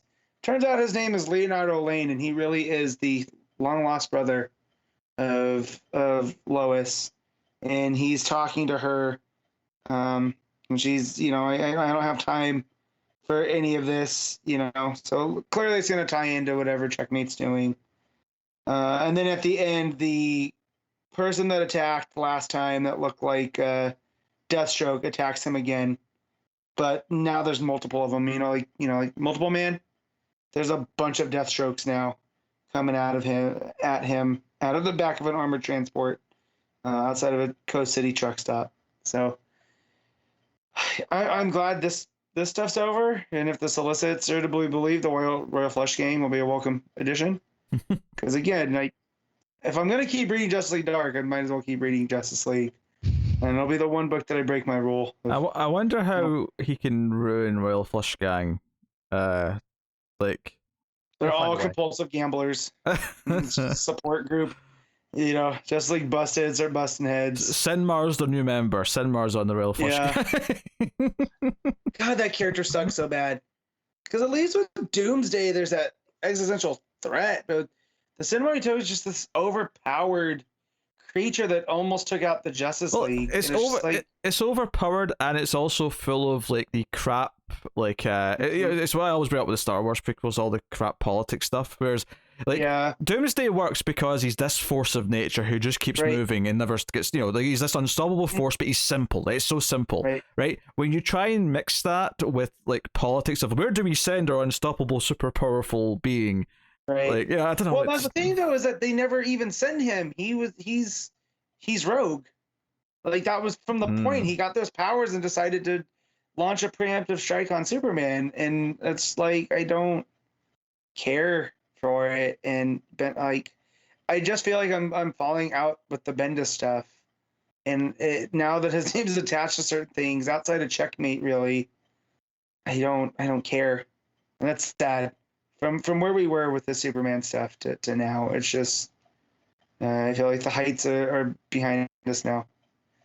So I do like Hester's art, but it's because it's very much of an era, but it doesn't really match what's been going on in Justice League. So it just feels like they brought him in to fill in.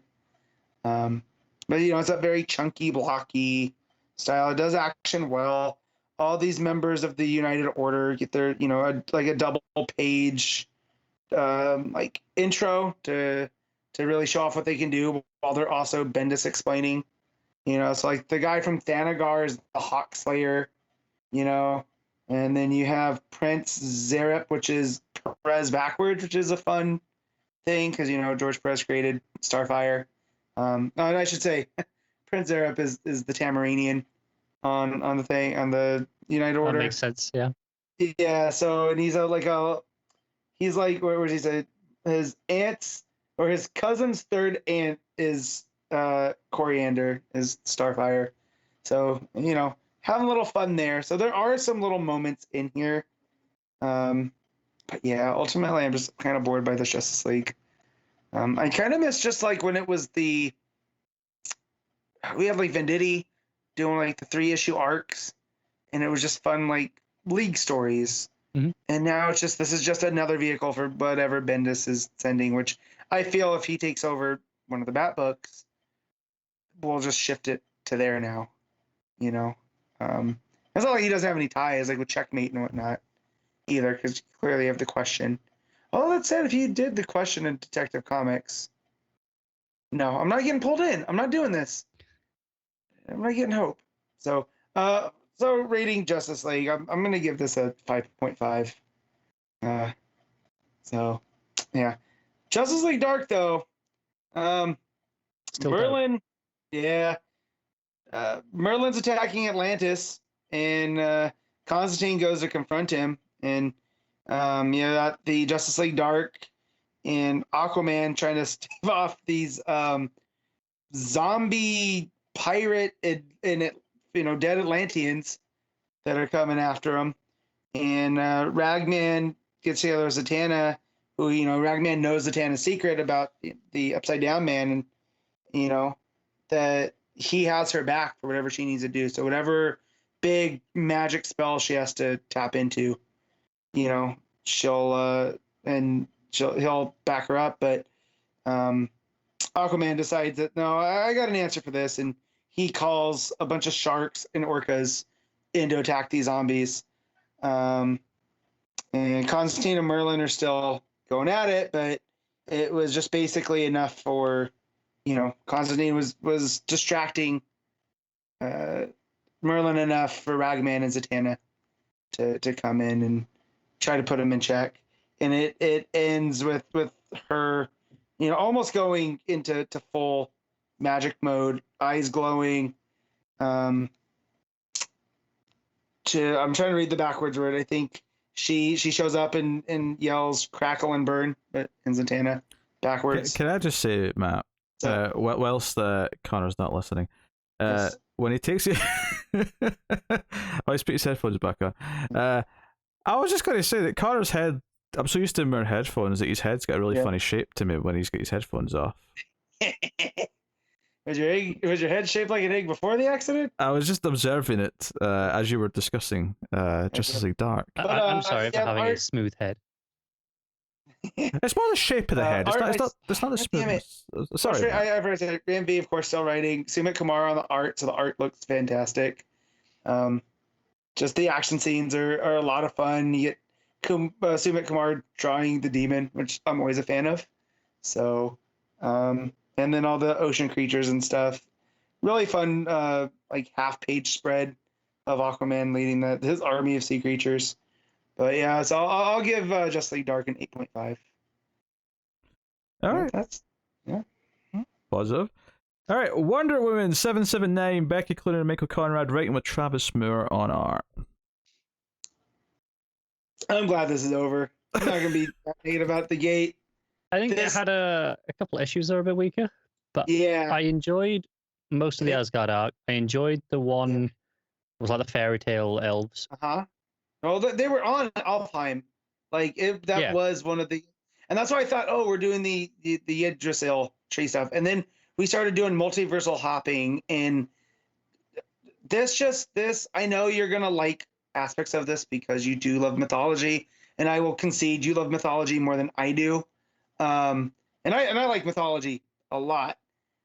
But just this whole Janice mess, I felt could have been seeded a little bit better throughout. And I almost feel like this just became a showcase to show off the multiverse, which wasn't like initially what it was, because we were in Asgard for a long time, right? Yeah. For about half of this arc, because this is still technically one arc. Right. And then we start jumping around to, we went to Alfheim, and, almost kind of teasing that it's kind of becoming Svartalheim, which is the Dark Elf realm versus the Light Elf realm. And then we jump to Earth, 11, where they're swapped. So it's, Batwoman, Superwoman, where Wonder Woman's aspect has gotten corrupted, the Wonder Man, and he's kind of the patron saint of toxic masculinity. And so, I get all the storytelling, but it kind of got away from the mythological aspects here. I think because the problem became here towards the end where they tried to. So there's the two versions of Janice. You had the kind of the old man version, which was the past aspect, right, and the evil Wonder Woman looking one with the magic sword that was the future. Right. And now they're trying to tell us that the past was kind of behind all of it the whole time, and because we should fear the future because we don't know what the future holds. Therefore, it doesn't have any power. Yet the past, we should always trust the past because the past is present.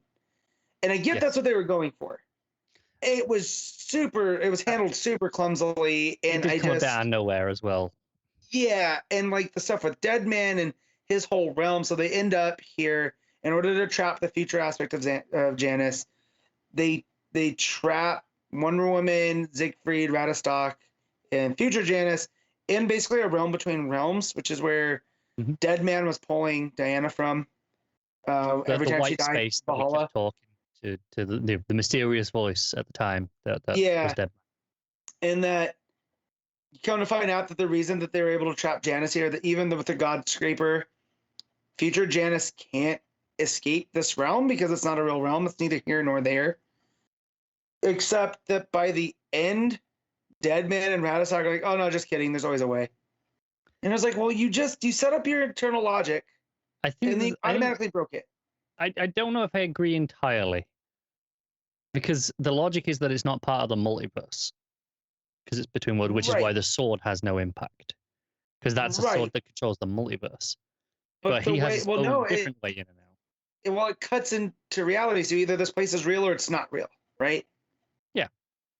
Right, and that's where the God Scraper has its power, is in it can cut through. It's so fine it can cut through reality. That's how Janice was cutting through the different aspects to connect the multiverse. I'm okay with the idea, though, that this is not reality, yet there is still a different way out that the sword doesn't help them with.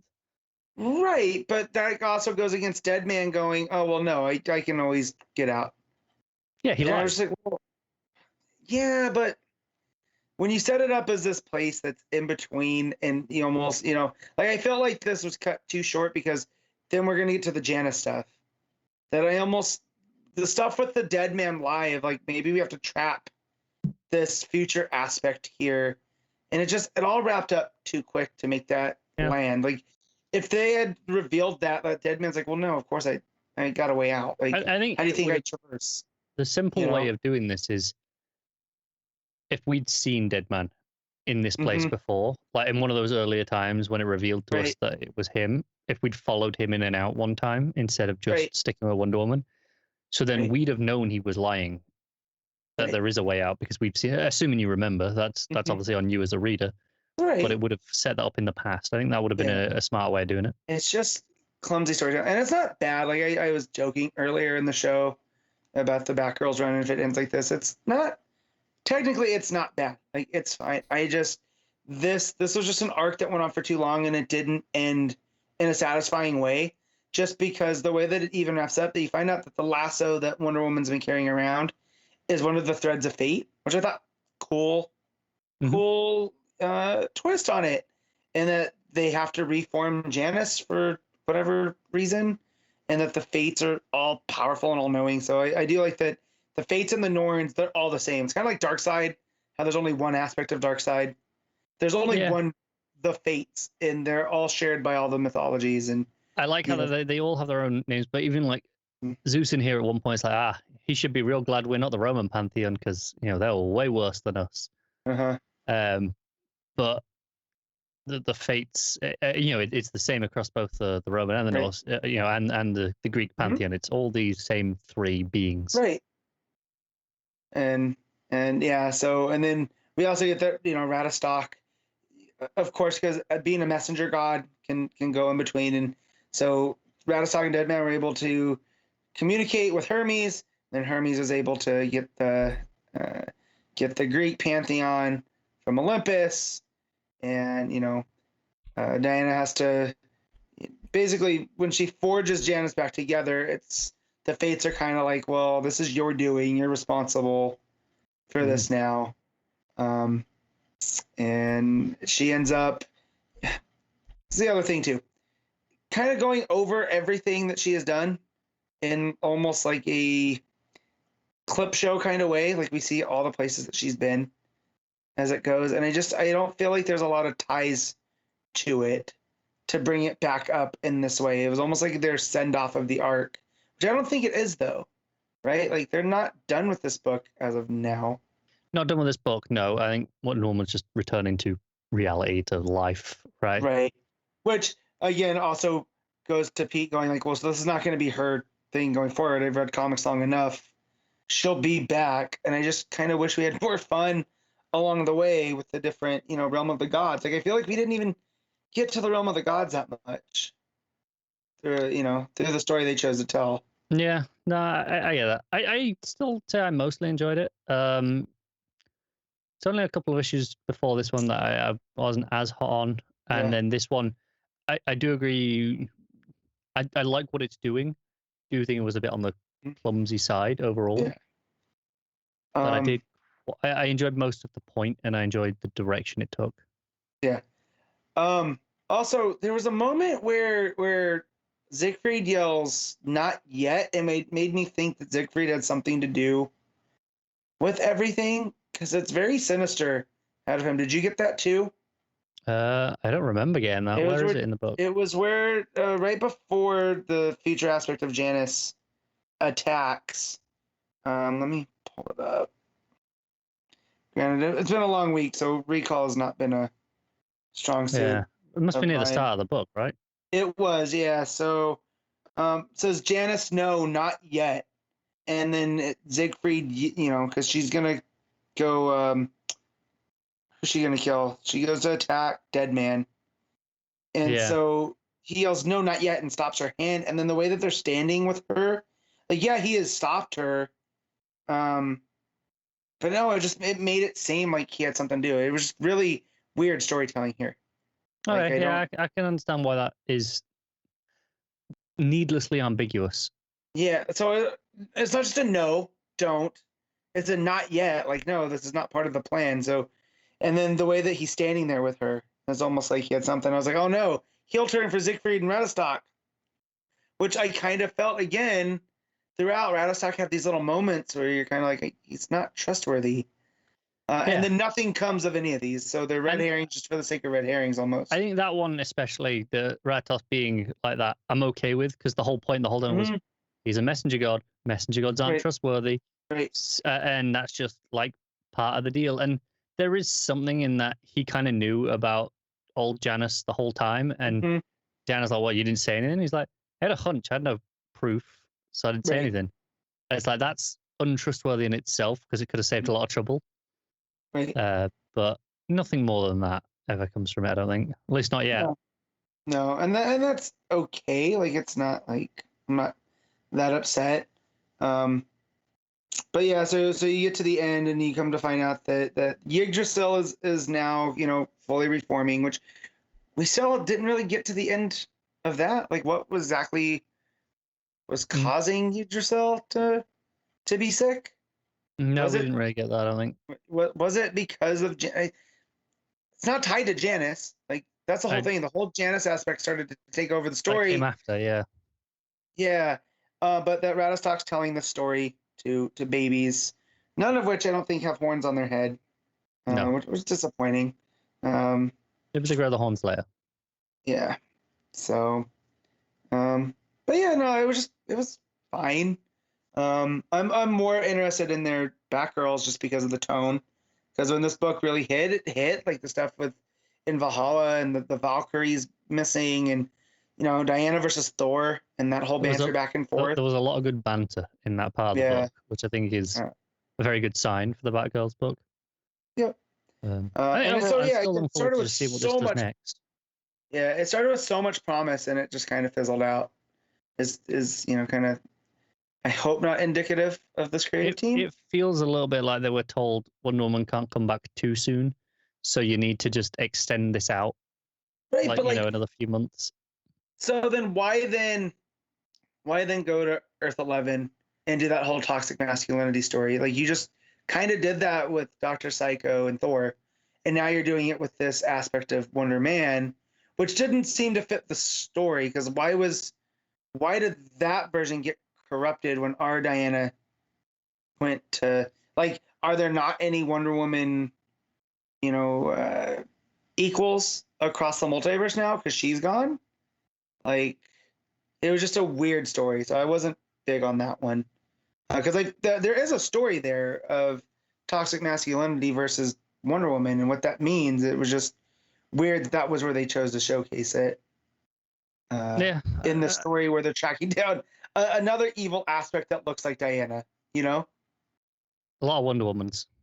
Yeah. Yeah. So, but yeah, so too long, but back to present day, I assume, next issue, or at least it'll be the path to the return, like, more directly than this was in a roundabout way. Yeah. That said, I'm glad they took a chance with telling a different kind of Wonder Woman story, because at least it wasn't just the Greek gods and, you know, all of that stuff over again, or Wonder Woman versus Hera. Yeah, this was definitely different. So I give them, again, I give them style credit for that. I just wish that it was executed a little bit better. The art's been consistent across the board. There hasn't really been a bad art take on this book since they took over. No, it's been pretty consistent as well. Travis Moore done this issue, has done probably the bulk of the issues so far. Mm-hmm. Some of the last handful where we were in different realms and different universes had different artists for those respectively, but they always made sense. And they were always good choices, I would say. Yeah. So, yeah. I mean, what you rating it? It's still like a 7 for me, this issue. Good, but flawed. Yeah. I'll go 7.5, just because, you know, my system, I can't line up with Connor. So. Yeah. All right. Superman and the Authority, issue 3. Good Lord, I'm tired of talking. You couldn't break this up. Grant Morrison and Travel Foreman, Mikel, Janin. You gotta break. So, next issue, you're not on, Matt. So. Yeah, cool. So this starts with the Enchantress stuff, where she's basically trapped in her own mind, and they brought June Moon basically to the fortress, and she realizes that not everything was a dream, and then it cuts back, and this is where the Travel Foreman art comes in, where we see the fight that, you know, basically Enchantress was at war with herself, and Superman, being Superman, talks her down and is like, no, well, like, we need you, and you can't destroy aspects of yourself because they're still yourself. You just have to contain them. And so basically the evil part of her, Dizanamor, which is the big head creature from last time, it wants to spread his version of evil, which would be, you know, the very concept of good will be obliterated. So Superman kind of, and I like this aspect. So again, Morrison does a lot of get Superman as a character, because this feels like how Superman would have tricked Mr. Mxyzptlk in this, is that he basically tells him that if you eliminate good and you feel accomplished, isn't that a sense of good in and of itself?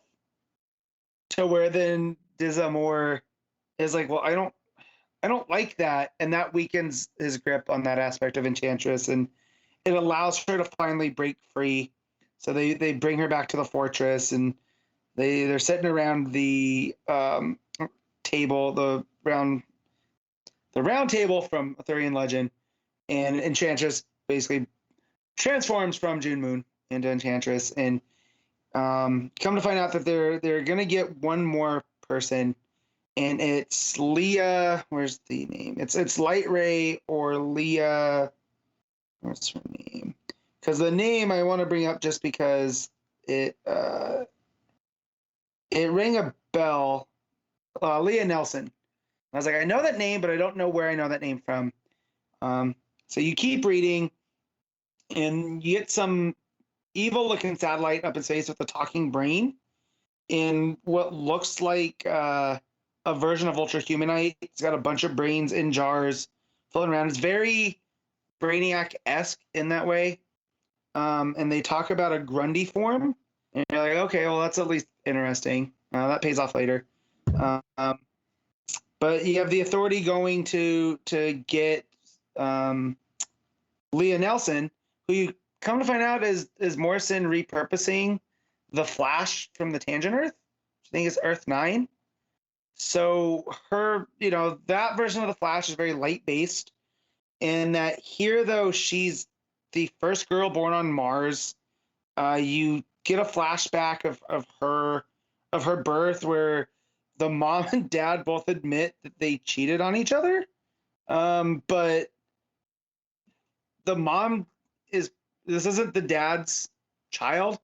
And he says that, you know, I had an affair with something else, which leads to whatever, you know, created Leah. And that she's supposed to be like this light, this positive force in the universe. And it cuts to her being depressed, sitting in the dark, where this creature in the dark is preying on her, and come to find out that this creature in the dark holds up a black diamond and then abducts her, taking the light. So Apollo and Midnighter both call in that, they have a problem. Her bodyguard, who she called Mac, looks like they have the Indigo Lantern symbol on them, which I'm not sure if that's what it is. But takes down, it's this big, Amazonian looking, almost OMAC mix with a purple mohawk. And tries to fight Apollo. Cuts to Dubai where these robots are attacking from that satellite. Come to find out it's the Ultra Humanite who wants Superman's brain to put, he wants to remove Superman's brain, put him, because, even at Superman's powering level, which I don't think anybody else realizes, that's still the perfect body for him. So Ultra Humanite attacks in the form of a Grundy, where, and ends up getting the jump on Superman and takes him away, where the book ends. He's taking him into the bottled city of Kandor through, technological means. There was one thing I wanted to point out that right before we get to Leah Nelson and the Flash and all that, where Manchester Black, of course, is just being his miserable self and talking about how, Superman, how can we be the ultimate authority if you're not going to let us kill anybody? And Superman kind of pushes back and is like, well, this is not why. You don't have to kill people. And Manchester Black starts saying, here we go back to the Silver Age, blah, blah, blah. Kids today, too irresponsible. Someone has to make old values. And Superman goes, no, that's not it. In fact, people, kids like my son are far more responsible and serious about social issues than we ever were.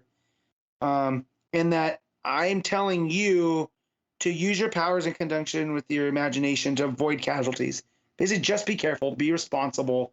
I know you're capable of it.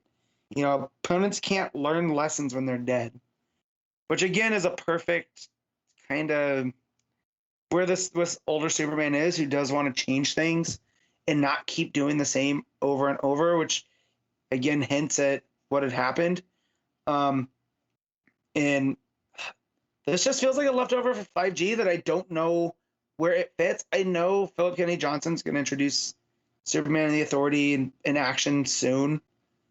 I don't know how this fits in. I know Superman references his son taking over for him, and I know that in Future State we read the John as Superman stuff. Well, at least I did. Read the John as Superman stuff, trying to live up to his dad's name, and his dad being on Warworld in Future State. I don't know how this all fits in, so it's super weird. But it's Morrison doing Morrison things with the whole aspect of yourself and getting really not meta, but applying like social psychology onto superhero stuff to really make it pop.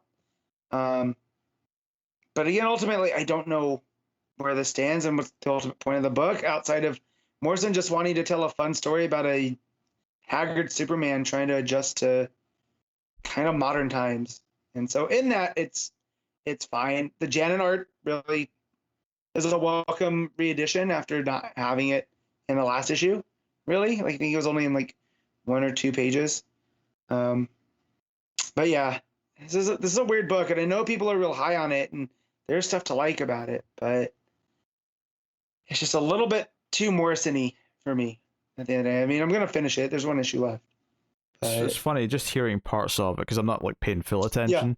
Yeah. Is that some of it's just like, it's like, Enchantress? What? I'll be completely honest with you. I just saw that Taylor Swift re-released her version of my favorite one of her songs. I was like, I just spent the whole time listening to that and not to Matt. So you're listening to her version of Wildest Dreams? Yeah, it's her best song by far. I heard about that all last night from my wife. Mind you, I'm in a very cranky mood from working 12 hours, and I'm happy for her, but I'm about Taylor Swift out, Connor. Well, you got a whole 30+ song album coming in November. I know, and I'm not looking forward to it. Oh, I am. I've never heard of this song, by the way. That's why I put that out there. Yeah, it's a good song. Yeah, that's good. So you say. Scott Eastwood's in the video, Pete. I mean, Why do I give a That's shit? the video that's like in like the nature park one, right? Why do I give a shit It's like a film. if the old Scott Eastwood Hollywood. is in Yeah. a Taylor So it's a good Swift video. Say it. I almost said Lady Gaga there because I mean Taylor Swift's like a non-entity to me. But anyway, Oh, I think I got it. other ties to modern kind of Enchantress brings up her time with Suicide Squad and how she can be a team player, just not in that way. You know, she has to want to be a part of the team, and she wants to be a part of this team because Superman's doing something new. Thought that was interesting. So again, Morrison doing Morrison things with the superheroes and turning that on its head. But like the stuff with Ultra Humanite in the Tangent Flash, who's now Light Ray, which is a New Gods concept. I don't know. There's a Morrison DC universe I'm like very curious about reading. Like I just don't know how this all fits in with that. You know, this almost feels like what he was doing in Green Lantern, where he's doing his own version of things. And I'm glad that he can do that. I just don't know the overall purpose. So I'm going to give this a 7.5 out of 10. It's funny you said Enchantress talking about not being able to work together with Suicide Squad, and my instinct is to crack a joke about how, well, yeah, the editing makes it really hard to tell if she's standing near them or not. So it's difficult to see if you're on the same page. Would you have recognized her either way, Pete? Very funny. I mean, Enchantress, I'd probably not. Like, she's very different than from the movie version. I'll say that. Here, she's this redheaded Wiccan-looking lady that wears a green cloak. Completely different than the Cara Delevingne weird pagan-y. Oh god, that was her, wasn't it? Yeah, weird herky-jerky dance in motion. God, I hated that movie. Never forget. My wife laid to me, go, I have no idea what's going on. I go, me neither. It's fine though. Just eat more popcorn. I would genuinely be interested in watching the Ayer cut. Not that I think it would be a good movie. Not that I think, I really think it'll be great and I want to watch it. But I believe there's a coherent movie in there. Yeah, everyone that was put on that up was like, go watch Sabotage and tell me that he should have full reign of anything. I'm just like, he said there wasn't a single like pop song in the entire version of his at all. Not one. Does that make it better or worse though, Connor? What was there instead? It doesn't make it better or worse. But the point of it is that it was made to fit one style and then was altered to then fit another style, which is the problem. Yes, I do believe there is a coherent version of that movie. Not necessarily a good version of that movie. I'm not willing to say that. Although I did enjoy Fury. That was his movie. To be fair, the Snyder Cut was coherent. Yes. It was stitched coherent. Together by 2.5 hours of slow motion. It was coherent with a lot of slow motion and then some tacked on endings for a sequel that's never going to happen. So yeah. But I would say the Whedon version of Justice League, well, I don't even really like that much, is a more coherent movie than the Suicide Squad movie that we got was. Oh, that's a fair statement, yeah.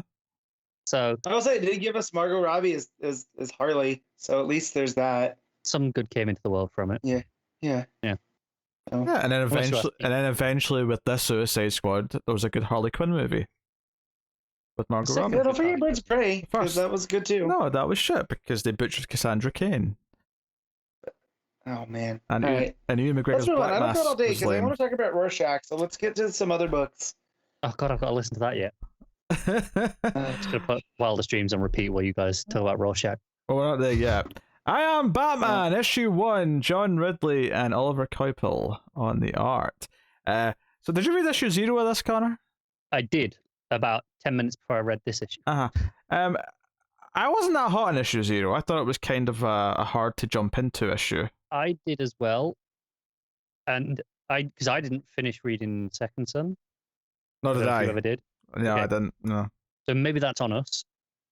But it's issue 0. I feel like it should be jump-onable. I don't even know if I realized it in the 0 issue or if it was in this. Oh, I know issue. what you're going to say. You had no idea this was set 6 years after the death of Batman. I straight up thought this was the present day book. So did I.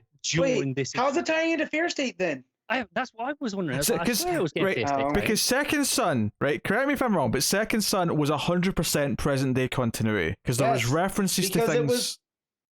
It was present day continuity, but it took place a little bit in the past because it's what led to it. It ended because I did finish Second Son. Okay. It ended with him opening a thing that had like what would become his bat suit. Sure. Right? There's the clear elements of it there, just slightly off. There was a lot of stuff in that book that was like, Montoya being hired as commissioner. There was a lot of things that connected to present day continuity, and I was going to ask you the same thing. Like, from issue 0, is there something I missed in issue 0 that said this is set 6 years after Batman is presumed dead?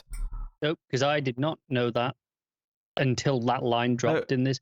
Because at first it's talking about Magistrate, and I'm like, okay, this is lining up with where we are. Mm-hmm. Like, he's maybe slightly ahead of the game. He's got some, maybe it's very slightly ahead of where some of the other books are right now, but, within the ballpark. And then it's like, nah, Batman's been dead. No one's seen him in 6 years. Batman's dead. It's like he never existed. And I was like, wait, what? Now, I will say this. That doesn't even gel with Future State because, Selina is trying to, free him during that period. Well, yeah, but he's still presumed dead by most people at that point. Right, but as it says, it's like he never existed, but you have bats running around, not just... When he says never existed, I don't think he literally means no one believed he ever existed. He's saying more like no one talks about him. Like, there was no long-standing impact of what he had in the fact that we're in a shitty situation now. It's like Batman was never here. I think that statement's fine. I get what he means by that. It implies kind of a vibe in the city and like how hush hush like talking about Batman is and the authorities don't bring him up, that kind of thing. Like I get that, right? So first things first, I do actually think this issue, and I said this when I read issue 0, that issue 0 should be a clean jumping on point, and it wasn't, because I was like unsure about who the villains were. I was very confused about when did all this training with Katana happen? Yeah, I was unclear on a bunch of things. Now, the fact that it's set at least 6 years in the future now does make it a bit easier to swallow, but issue 1, I do think, works as better as a jumping on point, because he and his narration actually does explain enough in a nice coherent way that feels like it's easy to follow. If anything, issue 0 just murkied things up. And the only time in the narration in this that I didn't like is when it referred back to issue 0, because I'm like, don't remind me of issue 0. I was just confused by that. If this book had been marketed as a halfway to future state. Yes. Like, we're on that journey. It can go along in the line with not Urban Legends. What's the other one? State Gotham. Future State Gotham, yeah. It can kind of be part of that line that they've got going. I'd have been like, cool. I don't know if I'd have checked it out, but I'd have been like, cool, that's what this book is, that's fine. So as it was, I was very confused. Yeah, I mean, the actual setup here is pretty simple. He goes to his lair, he's getting his suit, he explains the basic things that Batman's not been around for 6 years. He's taking his father, Lucius seems to be quite happy with him these days, but he's taking a symbol that his father helped build and going to use it in his own way. And it's basically his like first night, give or take, out on the town, just being Batman. And we see him interact with various people. There's a couple of cops that kind of like extend a hand and say, hey, get out of here before the rest show up, because there's like a mandate against you right now. Like him being a little bit extra violent, I guess, with like a driver, which does, fit into his backstory, because he was once upon a time a drunk driver, and he reacts to that appropriately. And it's basically just him being out there, and instead of disappearing, there's a moment with the cops where he doesn't like vanish like Batman does, and the cops like, wait, why are you still here? Usually you go away like when we're not looking. And he's like, no, like, this is what I'm here for, this is my goal, spread the word, Batman's out here, and corrupt cops should be scared, but good cops have got an ally, like, go and say that. So he's very different, he's very blunt and direct, and he's not as theatrical as Bruce is, certainly. Yeah, the cops are like, why are you still here? You usually you take the guys and then you Batman out, essentially. And he's like, I'm doing things differently. And I think the thing I'll say is that the art here is pretty solid. All the stuff, like the first page of him riding into the city, it's a full page pretty much, looks really nice. The car chase with the drunk driver, Holding I him love up. when he gets the clubs out later. Yeah, holding up the guy by the shirt with the fire behind him looks really good. And yeah, he's got batons and he's like gauntlets that sort of pop out. Yeah, and he has a great fight sequence with a guy with a knife over one page that just looks fantastic. Yeah, it's which actually has me a little disappointed because I really like the art on this. But when we were just going through the solicits, that was what issues 4 and 5 I think were solicited. Yeah. That's Steven Segovia on art for those issues, and don't wrong, I like Segovia well enough, but it's disappointing that Coipel we've only got 3 issues at most. Just a shame when when I'm enjoying it. I'd like a little bit more on a book. Maybe he'll cycle back round, or maybe he's just gone to do other things. It's hard to say right now. I mean, the art is really good. It flows well, because one of the things I didn't like about issue 0 is I feel like it was just talking about a lot of things that I didn't know, and part of me was like, okay, maybe this is partially on me for not finishing the digital series, but it's still an issue 0. It shouldn't feel like I'm just jumping into the middle of a story. Any issue 0/issue 1 should feel approachable. If it's not, then they've done their job wrong, basically. And part of me feels like maybe there's obviously a lot of good stuff in here. We've liked a lot of what Ridley's done with this character, but part of this might be whatever this was originally, it got chopped up into like being part of Future State and then a miniseries digitally. Now this miniseries are ongoing that's now like here, and it's not present day like we thought it was going to be. It's actually set a number of years in the future.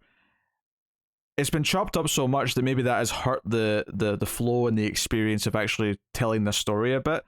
Now, admittedly, I think this issue is fairly solid. I actually quite like it, yeah. Yeah. The ending is that the 2 detectives, Whitaker and I can't remember the woman's name, but they find a dead anarchy in an alleyway, and that's kind of like propelling the story forward. So it's setting up a nice, simple, clean story that's not bogged down. And who's just like hunting or crime organization wise that he's been talking about for there's a murder mystery essentially. Yeah, it's simple, and I think that's the best thing to do with an issue 1, where you're not relying on, at this point, fairly convoluted stuff that probably wouldn't have been convoluted if Ridley just got to tell a story from start to finish like it was probably originally intended to be. But I'm definitely on board to read issue 2, but what's funny is that part of me only read this because I really didn't like issue 0 that much. There was nothing else out there. There was nothing else. Yeah, it was basically like, I've got Rorschach and I need to read Joker for Patreon. Oh, well, I guess I'll throw in I Am Batman issue 1 and give it a chance. So, but it's not bad. It's not bad. The art is solid. The flow is definitely better than issue 0. It definitely feels like a cleaner break and a cleaner jumping on point. I guess you just have to go in knowing that it's set in the future. So yeah, I'm so confused. So I'm looking at the solicit for the next issue now, just to check we weren't imagining things. And it's Jace is on the streets as Batman, fighting the misinformation and violence flooding Gotham City during Fear State. What mysterious connection exists between Batman, between the Magistrate and Batman's second son villain, Arkadine? Yeah, he was introduced in the Second Son. He's the tech bro. And then it says, and what Gotham vigilante pays the ultimate price when a misguided young man shoots him down in cold blood? Which seems to be linked connected to this ending, yeah. This ending here, yeah. My guess would be is that this Arkadine? What is it? Arkadine. Yeah. My guess would be is that he'll be in the future, and that maybe there'll be a flashback to a Fear State related thing that'll tie into whatever's going on. But it seems to. I mean, I don't see the whole issue being a flashback to Fear State, given that. I'm gonna go out on a limb and suggest maybe the entire thing's been changed since it's solicited, because I'm looking at the solicit for issue 1 now. And it talks about following the trail of misinformation from the anti-Oracle. Oh, yeah. Okay, so... Which was not in this issue at all. Whoa, so it actually was tied into Fear State at one point. Yeah. Well, that's what's interesting is this actually says in the throes of Future State, the streets of Gotham cry for justice. So I don't know, was Fear State a typo in the second issue? Maybe. But the anti-Oracle is Fear State. Alternatively, that could be a typo in that original solicit in issue 1. It could have meant Fear They should have State meant to say Fear State and said Right. Future State instead. Yeah, But it doesn't and sound then like people like this, and they Anti-Oracle. went, shit, we need to be a Future State book now. Okay, my guess at this juncture is that they wanted him to do a couple of Fear State tie-ins before he started his run proper, and at some point he's convinced them that that's silly because this is issue 1, and they said, okay, sure. That's my guess, but I mean, I have nothing to go on based on just, it's the only thing that makes sense to me given the evidence. Yeah, right. Issue 3 actually has the Fear State banner on it in November, so we'll see what happens when we get to that, because there's no getting away from it if they've got it on the only guess at that point is that there's a flashback to something that happened during Fear State, which feeds into whatever the current plot is. Yeah. That's it. Well, it's part of the issue or the whole issue because it's set up at the end of issue 2. Who knows? But also, Segovia is on art from every issue after this one. Coipel was only on this first issue, apparently. oh, that's a shame. Yeah, that is disappointing. That's a 'cause shame. I do like Coipel. Oh well. What are you rating this issue?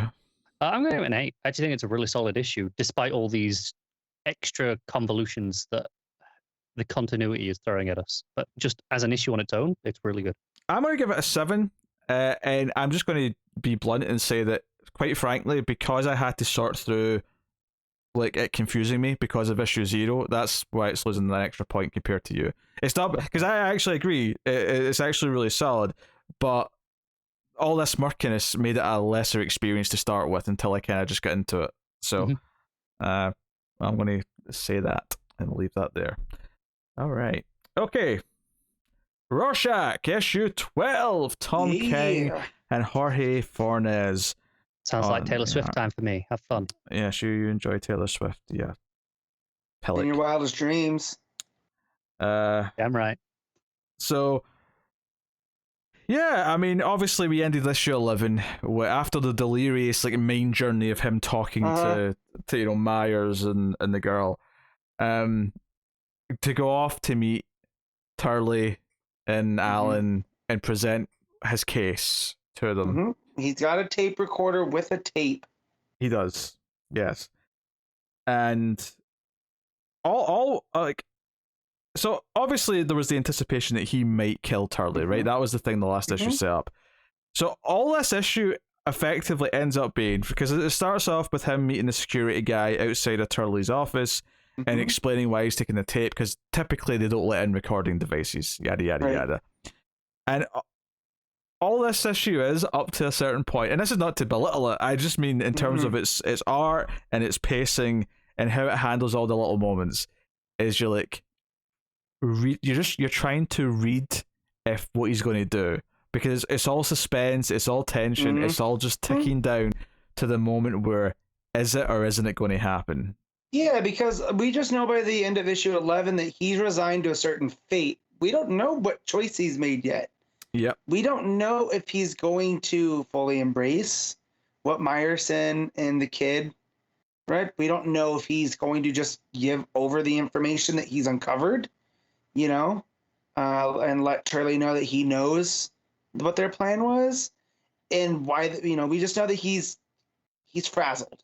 Although you were kind of given hints with how he was walking and his posture at the end of that issue, right? Especially looking at what happens in this issue, you know, you can look back and see. There's so many little things, and like looking at these first few pages again, the way it keeps focusing on the tape recorder, like there's this idea that if he clicks play in that tape to hear what it actually says, it'll give up everything that he's got planned. Yeah. Right. And we don't know this guy's name, right? We don't know who he really is. We just know he was a private investigator hired by Alan, right? Who is Turley's chief of staff, right? That's who, or he's the guy behind the guy, right? He runs Turley's stuff for him. And we don't know what he was about before all of this. He's kind of just the audience, right? Like he is not the everyman, but the, you know, the avatar, the blank avatar. Yeah, almost. He's who we're experiencing the story through him almost the entire time, you know? And so yeah, so when we don't know what he's thinking though, this was the kind of that's been kind of the entire book where this is the sort of suspense you can only get because you've built it up so well that like you're hanging on every little moment, every close up panel of the tape recorder handing back to him. Because like I say, if the security guy wanted to click play just to check what was on the tape, it would have given everything up. There's so many of these things. And the way that it focuses on the reactions of Turley as our main character says things like, "Oh, can I take off my coat? Can we have a drink to celebrate?" And then it's got those moments where you think, is he going to like get mad or be a dick? And then he's like, "No, you're quite right." But there's like a little moment of hesitation. There's just these little moments before, where it kind of plays off that something might go wrong, and that's if there's anything even planned here. Because as far as we know, he might just, he might just give up the information and walk away. That might be what he does. But there's like very ominous moments when Turley comes over and like takes a beer and they're sitting there getting ready to have this meeting, and they're being smiley. There's one of the panels at the bottom of one of these pages in the middle, as our main character's taking a drink. He just says, "I'm just glad we're at the end," which is so ominous, right? Because that could mean a number of things. Right, he's either gonna finish the job, or he's gonna finish the other job. The other job, right? Right? Like he's either going to start what Myerson and the kid, finish what they started, or he's gonna finish the investigation, turn everything over. And again, we don't know. Upon hindsight and looking over things again, the beer bottle was all the clue that King needed, really. So you think back to issue 11, the fact that he is sharing the beer through time, right, with the kid, and then that ties that back to here, is just brilliant storytelling. Yeah, it's good stuff. And there's simple little details, like they've got our main character, like the chair he's sitting in's against the window, so the stormy like nighttime window. Well, it's not even stormy, it's dark blue, but it's very different from the light blue it's on the background of Turley. Right. Like every time it goes to a Turley panel, it's all this light colors behind them. They contrast very much. Yeah. So they're explaining this, and in fact, one of my favorite moments in terms of reactions. So they're explaining. Alan's doing a lot of the talking here, and they're explaining things. And they're thanking the main characters. Like, don't worry, son, I'm living forever. Mass people can't change that. With a sly, sick smile on his face. And Alan says, and they wouldn't have gotten anywhere close to these people, if it weren't for the help that they got from the Redford campaign. And the close-up, when you turn the page, the close-up panel, as the main character says yeah, as he sips a beer, it just feels so layered with, like, his eyes say what he just said is bullshit. Like, the art is so good at conveying what he's actually thinking.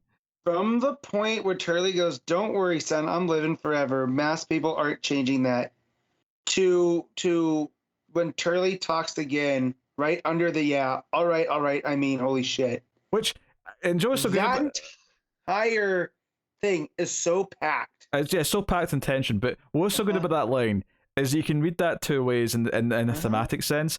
In one way, the straight way is that, well, yeah, mass people won't change that because the person who's about to kill you isn't wearing a mask. So you're right. But and then of course you could read it in a more metaphorical way where he is wearing a mask right now. He's pretending to be doing what you're wanting. So there is a mask in a not a literal sense. Sure. Mask people aren't going to change that. Yeah. So it works both ways. Mask or fabric. Oh yeah, sure. Not all mask or fabric. Yeah. So. Yeah, it basically explains the tape, explains that there's a confession here that he's going to play for him, and we get this just... you can imagine this kind of playing out as if it was a camera, like looking down at the tape as it's playing, and as it starts to roll, you just hear, like, he's taking a while to press play. He's like, "Is it ready? Come on, let's go." And then you just start getting sound effects as we get closer and closer on this 9-panel grid to the tape playing. And then eventually, the bloody hand on the next page comes in and hits play. And it turns out to just be a speech that Turley's made before. It's just a recording of one of his speeches. Yeah.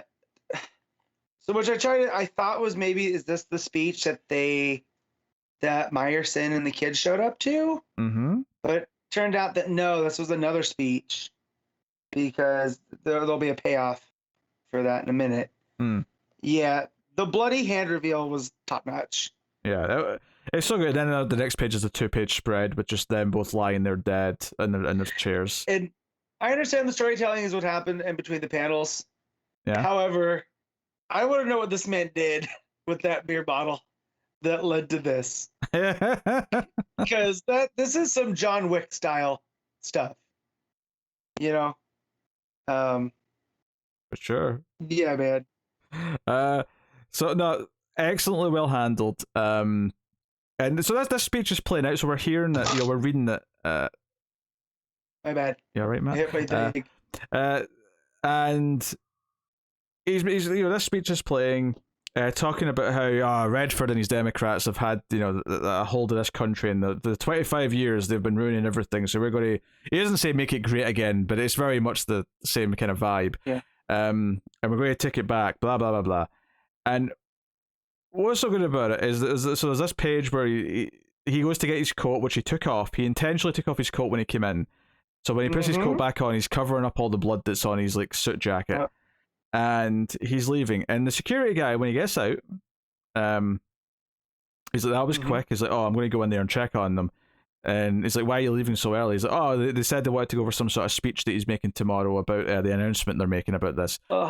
And so the security guy puts his ear up to the door, and he can hear from the tape Turley saying, the revolution is in you, it's in me, it's in the country, it's in this soil. And it just sounds like he's rehearsing the speech. So he takes his hand away from the door and says, yeah, all right then. And our main character walks free. And the end of this story, the end of this issue, and the end of this whole story is that he's walking down the street. There's a little moment with the people waiting for the car outside the hotel as well. But he's walking. Oh, we can go back to that. Yeah. But he's walking down the street, or he's driving down the street, sorry, and he sees that the movie theater is playing a new Pontius Pirate movie. It's the midnight premiere of it. So he goes up and gets a ticket. The usher says, well, it's a bit late, the previews are finished, you're going to miss the start of it, it's really good. So you sure why don't you wait till tomorrow? He's like, no, I don't wait to wait. I'm going to go. We get a creator cameo here. Is that Fornes next to him too? I'm assuming so, just because it looks like Tom King, so I'm assuming the other guy's Fornes. I don't know what it looks like, so. Me neither. I'm gonna... I have to assume. And he goes in, and the end of the story is him watching this movie play out, and it's the Pontius Pirates talking about how you'll never defeat me. I am a hero, and I've sailed all the seas, and I've faced all the injustice I possibly could. But in all those travels and all those storms, I never learned to care for the wisdom of gods and men. The final line is, have at ye then, ye bastards. Come and fight. If I die today, I die a pirate. And our main character smiles as he watches.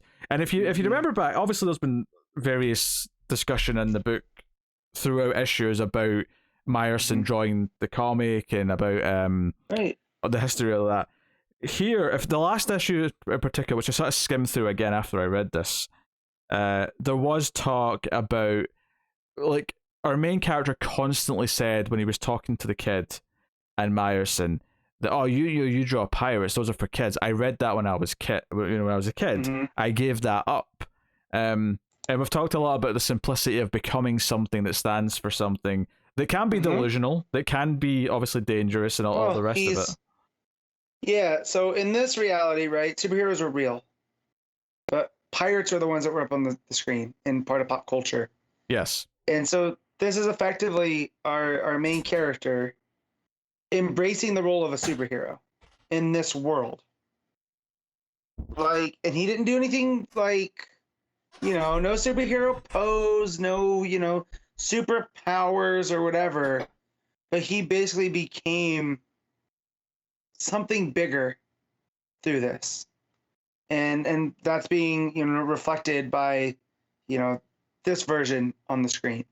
He's reacting to another creation of Morrison. right? Yeah, and it's notable that he, because the kid and especially Myerson, like, you know, they became like this world's superheroes. Myerson in particular, he became Rorschach, right? He became right. So our main character, though, for him it wasn't that. For him, it was the fictional one. It was the pirate. It was right.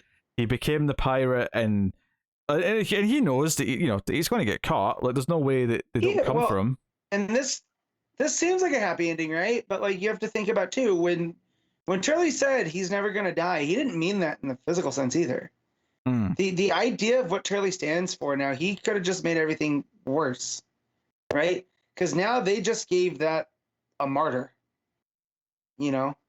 which I don't know if that's what Rorschach and I'll just say the spirit of Rorschach actually intended, right? Because now, sure, you're done with Turley, but who is ever going to show up next might be just as bad, and they might not be as sloppy, So now this kicks this back to, I read it. You can weigh it up though, because it's like, okay, sure, this might give them a martyr and give like the conservative side some support, but is that objectively still much, much better than them criminalizing Redford and completely taking him out of power just by default because he's been in this conspiracy to murder Turley? Right, and that's what my point is. The next person might not be as sloppy, right? Like, without people like our hero here doing what they can, then that's how that side wins. And that's ultimately what I like about this ending here. Yeah, but much like how Turley's saying, he will never die and the idea will never die, the same goes for like the other side too. Like the same goes for our characters. Well, that goes, this is basically the spirit of the comedian in Rorschach kind of doing this eternal struggle until the end of time. Yeah, those ideas will always persist. Yeah, but it's not necessarily that much of a happy ending as well. There's kind of a sadness to it because like this book has been an examination of how someone can become an extremist or how someone can become delusional and like buy into an idea. And while we might say, okay, he kind of stopped a really bad thing and a bad conspiracy from coming true and all the rest of it, like, he still has been brought to this point where he had to go and murder someone in cold blood, and he's sort of like in this happy delirium watching this movie when he's assuredly going to be taken away afterwards, where he's going to be found out, and he doesn't care. Like, he's not concerned about this at all. This is not. Although you can maybe read into that's why he doesn't wait for the because when the usher says, "Why don't you come back and see it tomorrow?" He's like, no, has to be just now. he's on borrowed time. Yeah, has to be right now. It's funny because there's almost less to talk about in this issue because it is just the climax. It's very straightforward. This is kind of the denouement, right? Because we had all the mystery pulled together last time, where it went through and kind of explained the entire what he uncovered. And that's the other thing too, is like, for as crazy as Morrison and the kid were talking about the squids and all of this stuff, he has he uncovered all the evidence. It's not like he's just going off half-cocked and murdering Turley. At least if he's a reliable narrator, we know that he was justified, right? Like, there's no sense of, it's very black and white. Again, a theme of of Rorschach himself, right? There's no shades of gray there. It's black and white to him, but I don't think it's black and white in an overall sense, because, like, we know that the kid and Myerson, they like openly thought that Turley was part of a squid invasion, that this was coming from the squids, right? And obviously, our character doesn't necessarily believe that, but he does believe Turley has to be stopped for these other reasons. And we know as readers of Watchmen that the squid thing is not true, right? It's just it's factually false. So here's the thing: is that we can't be sure. Like, as much as we can see the good in what he's done and like the positive outcomes from it, it doesn't make him any more mentally healthy than the other characters who tried to kill him before. He's just got a slightly different motivation, and he's just went at it from a different tactic and a different angle, but it's not justified. It's not healthy. It's not like a positive spin. It still kind of comes from this delusion. Uncover an actual conspiracy committed by one candidate to frame another candidate for attempted murder. Yes, that's true. As far as we can tell, that is completely true. Yes. Right. So that's what I mean, and that him being justified outside of like the whole squid thing, like he actually has the stuff to back it up if need be, right? Which is different than this whole idea, like with the kid having the circus strongman assume the role of Rorschach. Yeah, but it's right? but it's still got this sad element to it because he had 100%. because he had to become this. He had to become this delirious. I'm going to believe I'm a pirate. And not literally, he's not actually like walking around in a pirate outfit or anything like that. But it's more of a symbolic thing where, like, he sees himself as the hero of his story, right? He feels like he's become what Pontius Pirate was in the stories he read as a kid, which is that he is stopping the bad guy, he's saving the day. And the problem is that life isn't that simple. And when you try and make it that simple, sometimes right. And that's the tragedy of Rorschach, is everything's black and white. There's no room for gray. Yeah. So, don't get me wrong. I actually do think there's a lot of nuance in this conversation because there absolutely is some topics that should be treated as a bit more black and white than they actually are. But this is a really interesting examination of a character who is basically fighting against something that most of the audience will look at and agree he's on the right side of this conflict, right? He is on the correct side. He's on the more heroic side. But it's still a sad story of someone going down a rabbit hole and how it's basically saying that anyone can be manipulated to a really dangerous point and be extreme from any angle. And that's what happens to this character over this. And the whole idea of this is that it's someone who a reader of a comic book can actually somewhat relate to, because we all love stories, we all love characters, we all love stories of heroes and villains, and we love to like get into our nerdy side and all the rest of it. It's someone becoming enamored with that idea that they can be more important. Because we've talked a lot about how the kid in Morrison, that the delusion they possibly have is this like desire to feel that they're more important than they actually are, that they have this grand purpose, and that's where a lot of delusion comes from.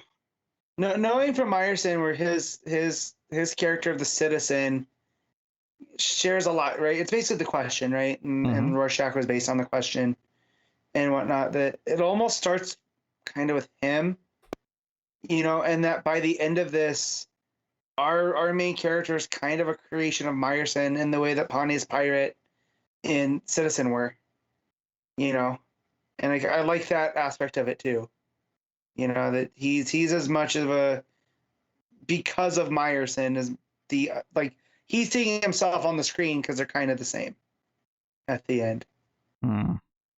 So, it's very, very good. Fornes on art, like just there's not a lot of showpieces in this one like we've had, but it's almost the lack of those big showpieces is what makes it work. Like we don't see the actual murder happen; we see the after effects of it. It's more reserved, and I think that's part of what helps build the tension, because it is a couple. It's three guys sitting down at a table, and the build up to them sitting down at a table, and it's just. But you're so enveloped in the what's going to happen of it that, and it builds all those little moments where it's trying to play its hand as to what the main character's intentions are.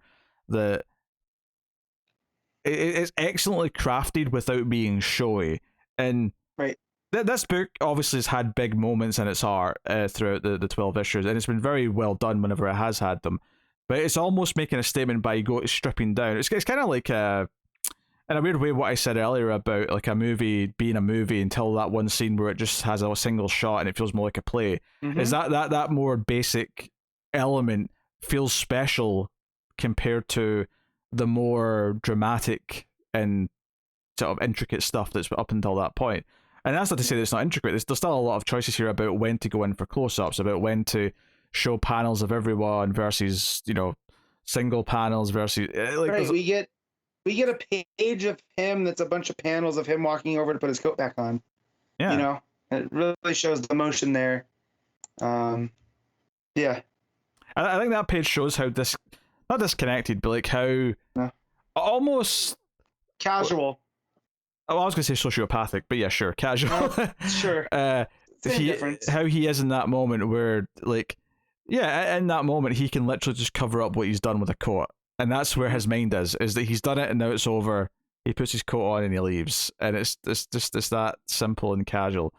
And if you want to look at it from the point of view as well, that, you know, maybe if this was some grand master plan from the kid and Morrison, that like they knew they were going to fail, so they inspired him to do it. Because if he can just walk into the room like this, unsuspected, and just do it, you know, and there is almost a satisfaction because of how cocky Harley is and just how untouchable he thinks he is. Well, and also, I almost feel like looking back over it, right before it happens, the way that Fornes draws Turley, there's like an uncertainness to him. Like, did he figure all this out? Yeah, is he smart enough to like see this coming, or is he not? Yeah, and it's like, oh man, and we'll never know, right? Because he starts to play the tape. We don't know what happens, and so there is still that sense of the unknown here, right? Like, yeah, man, it's real good.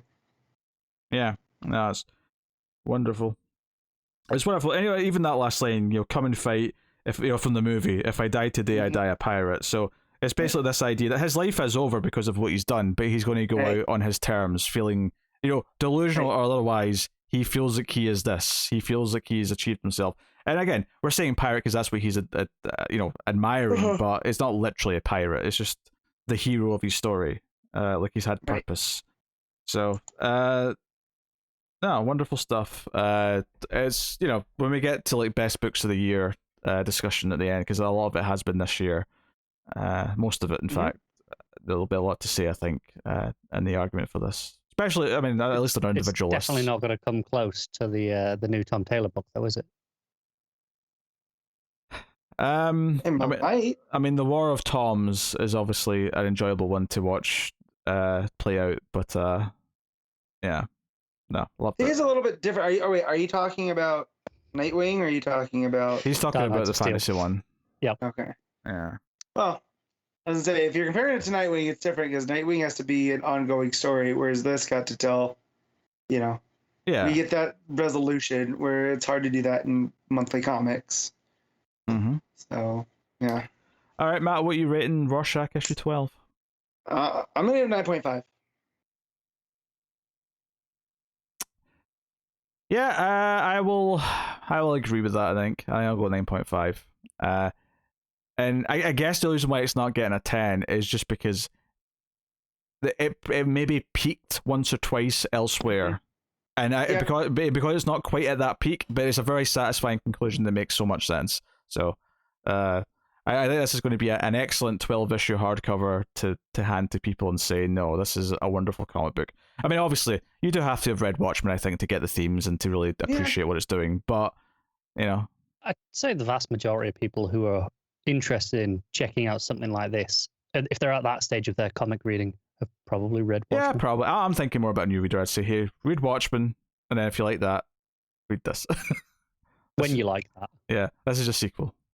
Well, I say F because if they don't like Watchmen, then the comic books aren't for you. Just go back to cartoons. Jeez. What? Say the amount of audience you toxic fan behavior. But, hey. I mean, I was intentionally trying to stoke some fires. Yeah, no, I know, but still. If you don't like Watchmen, that's okay. It's not. I'm not going to disrespect the art of filmmaking, okay? So I had to target cartoons specifically. Okay. You know? Sure. Okay, there you go. That's Rorschach issue 12. Well, there you go. It's like your Patreon books then. Although they're both contemporary books. I will kick off with Joker issue 7. So every month on patreon.com/MailFuzzTV, one of the higher tiers, you can make myself or Connor read a book. And Joker is one of the books that I have been given to read as a Patreon book. So issue 7 did come out this week, so it is a new issue. And this issue introduces us properly to Madame Halloween, which I mean, other than our tease from last issue, I don't think this is a character that's been around before. This feels like a fairly new creation to me. So obviously this is Tynan Gilliam March, unfortunately, on art. It actually starts off with a bit of a secret agent spy story, where there's a woman here that's like asking about what they're planning to do at Santa Prisca. And basically, there's a guy here who's like, we're going to turn Santa Prisca into like a tourist destination where we'll sell Bane T-shirts and they'll get a tour of the prison and all the rest of it. And what was it he compared it to? He said it's Arkham meets Disneyland or something, some stupid like that. Anyway, so but then her phone rings and she wasn't meant to have a phone. She whips off her scarf and it turns out to be Julia Pennyworth. And Oracle's trying to contact her, and she's like, "Hey, you're blowing my cover here." She's not here for Oracle. Oracle's contacted her, and she's like, "I don't want to work with bats anymore after what happened to my father." I will say it does have a very secret agent 60s style. Like when it reveals who she is, she actually turns around and says the name is Pennyworth, and she doesn't say. Oh, she does actually. No, there is a speech bubble there to say she says Julia Pennyworth. No, she does say it. She does the Bond thing. She says her last name first, and then says the full thing. Because Bond is cool. Sherry Hatcher's in the Bond movie. She is. Is that your positive point? Is your favorite Lois is in a Bond movie, and that's what you can say about it? Yeah, she's in Tomorrow Never Dies, Connor. I know, which I like more than most people do. Well, I like the first half of that more than most. The way that you said she is, it was like you were confused, and I thought maybe you're having a stroke. No, like she is. It was Gotcha. Well, Matt has a stroke when he watches Terry Hatcher in Tomorrow Never Dies. I get that joke.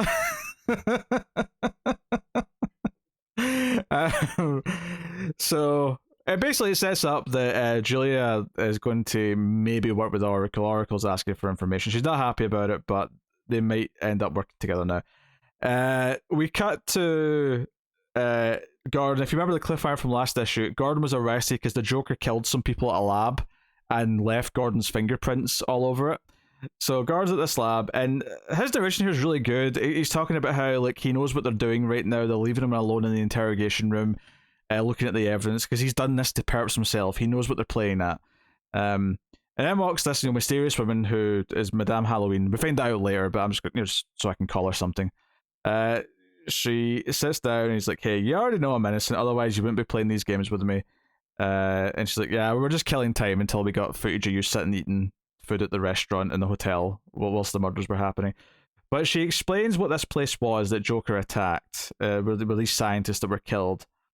It was basically an illegal lab that grew cloned parts of bodies so that people could fake their deaths. Yeah, like the clone, like a hand here, or some teeth there, or whatever. And like basically Gordon and her get to talking about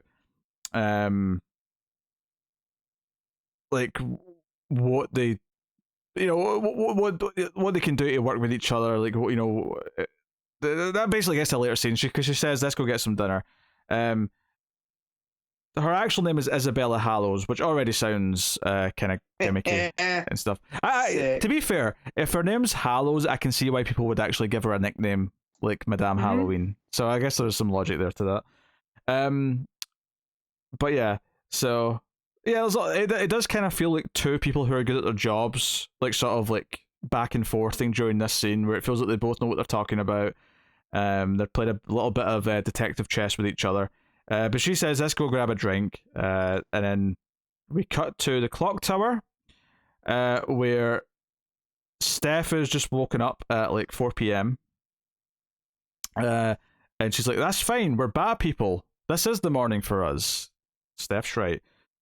She's got a lot of Steph's attitude here is proper Steph. It feels like classic Steph, with her banter with Babs. So. And there's some jokes about how do we have to go and like break your dad out of prison? Me and Cass could go spend a week in Paris, and it's like no. Like we're here, and she's like, you're being moody with no sleep. And it's like, sorry, Steph. But anyway, then things get a little bit creepier because they notice that Cressida, the woman who's actually from the Court of Owls, is actually staring at the surveillance camera. and they're like, wait, something's wrong. And just at that moment, a Talon attacks them. And whoever it is like, just slashed all of Babs's gear, so her case is like all damaged. Steph's like dodging blades, and like this book is a really fun book, and it's moments like this where the Talon says, "Beware the court of," and then jumping on his back is Cass, and she just goes, "No, beware us." And there's like a panel of all three of them sort of, in fighting pose. But not all three of them get into fighting with the Talon, though. This is just Cass. This is Cass going to town on this Talon and whacking him in the jaw, breaking his arm, beating the piss out of him. It's just a few pages of action. And Steph and Babs are just like watching and just like going, ooh, like during this. This Talon didn't have a clue what he was getting ready to fight. Or she. It's hard to tell. It's Talon. So good fun stuff, but they're like, okay, right, we can basically make a leap here and say that Cressida's got something to do with the Court of Owls. Sets things up. We're going to have to keep an eye on this and see where things goes. But then we go back to Gordon. We go back to Gordon and Madame Halloween. And she, the banner here is good again. It's like, it almost feels like they're maybe, flirting a little bit, where they're kind of impressed with each other.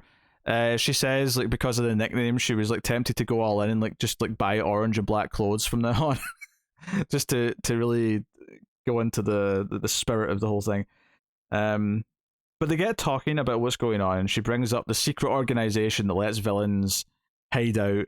And they get to that because she kind of critiques that Gordon thinks Gotham is kind of unique and that it's different, and that it justifies a lot of the choices he's made in his career, like, working with Batman, working with a vigilante, having a bat signal, stuff like that. And she says, like, okay, yeah, sure, your costume villains are, definitely a higher concentration, and there's definitely more heroes in the US than there is elsewhere. But they do come over here, right? We do have some heroes that kick around, and a lot of your villains do hide out around the world when they're on the run from Gotham or Metropolis or wherever it may be. So, but then it sort of gets to like a bit of the what they're really there for, where it's like Gordon just says, okay, what do you want from me? Why are we doing this? What's going on? And she's like, okay, I'm more interested to hear what you think I'm going to want from you rather than me just asking, like, what do you think I want from you? And it's about the secret organization that hides out the Joker and everyone else, the secret thing. There's a nice idea in the art here. Obviously, it's not, it's March, so the art's not good to look at necessarily, but there's a nice idea here where, as she says, what do you think I want from you? The reflection of Gordon is in her glass of wine, but it looks like he's like in the wine itself, like sticking out of it, and it's kind of like, he's like caught in this tide, and like he's caught up in all this stuff going on. Yeah, it's just a nice visual idea, even if it's not, expertly done. Also, her reflections in his glasses for a lot of this scene as well. But yeah, he talks about the villains crossing into Europe and other parts of the world being hidden by the secret organization. And basically, she wants onto this organization. She wants to take them down. And she's like, hey, you do that, we'll give you the Joker, you can take him back home. And Gordon's like, intense close up, and what if I'm not here to bring him home? And she just kind of shrugs and goes, a lot can happen when you're apprehending someone as crazy as the Joker. What happens when you try to arrest them? Quite frankly, I don't give a shit. So it's basically this kind of alliance forming between them. It's a little bit flirty. They seem like they're a similar age. They're both kind of veteran, captains and detectives. The end of the issue is that Lady Bane shows up behind her at the restaurant. But because she says she doesn't want anyone to know they're working together, and Gordon's like, that might be a problem, and it's because Lady Bane's standing behind her. Honestly, the book continues to, the main story continues to be really solid. Like, the Batgirl stuff working together is really fun. Obviously, I'm a mark for such a thing. But their actions are all right. Cass sounds like Cass as she's like beating the crap out of a Talon. Steph sounds like Steph bantering with Babs. And in the main story, like, Gordon, because this is a Gordon book, it's not a Joker, but Joker, the only time you see Joker in this entire book is when they're talking about him attacking the lab. There's a couple of panels of it, and that's it. Like, Joker is the boogeyman in this book. He is not a main character. But him kind of like, doing the quid pro pro with like a contemporary person of a similar skill set is really interesting. Possible flirtations part of it notwithstanding, it doesn't really matter. It's just like, this kind of feels like, oh, he's kind of like combating someone who is kind of like him. It's like he's bouncing off of a mirror. And because so much of this book is about him deciding if he should go through with something that he doesn't, in the past has never believed he should go through with, but now he's contemplating it, the idea that he's bouncing off someone that's a lot like him to make him reflect upon himself and his own choices is just smart storytelling. So, good stuff. I'm really into the main story.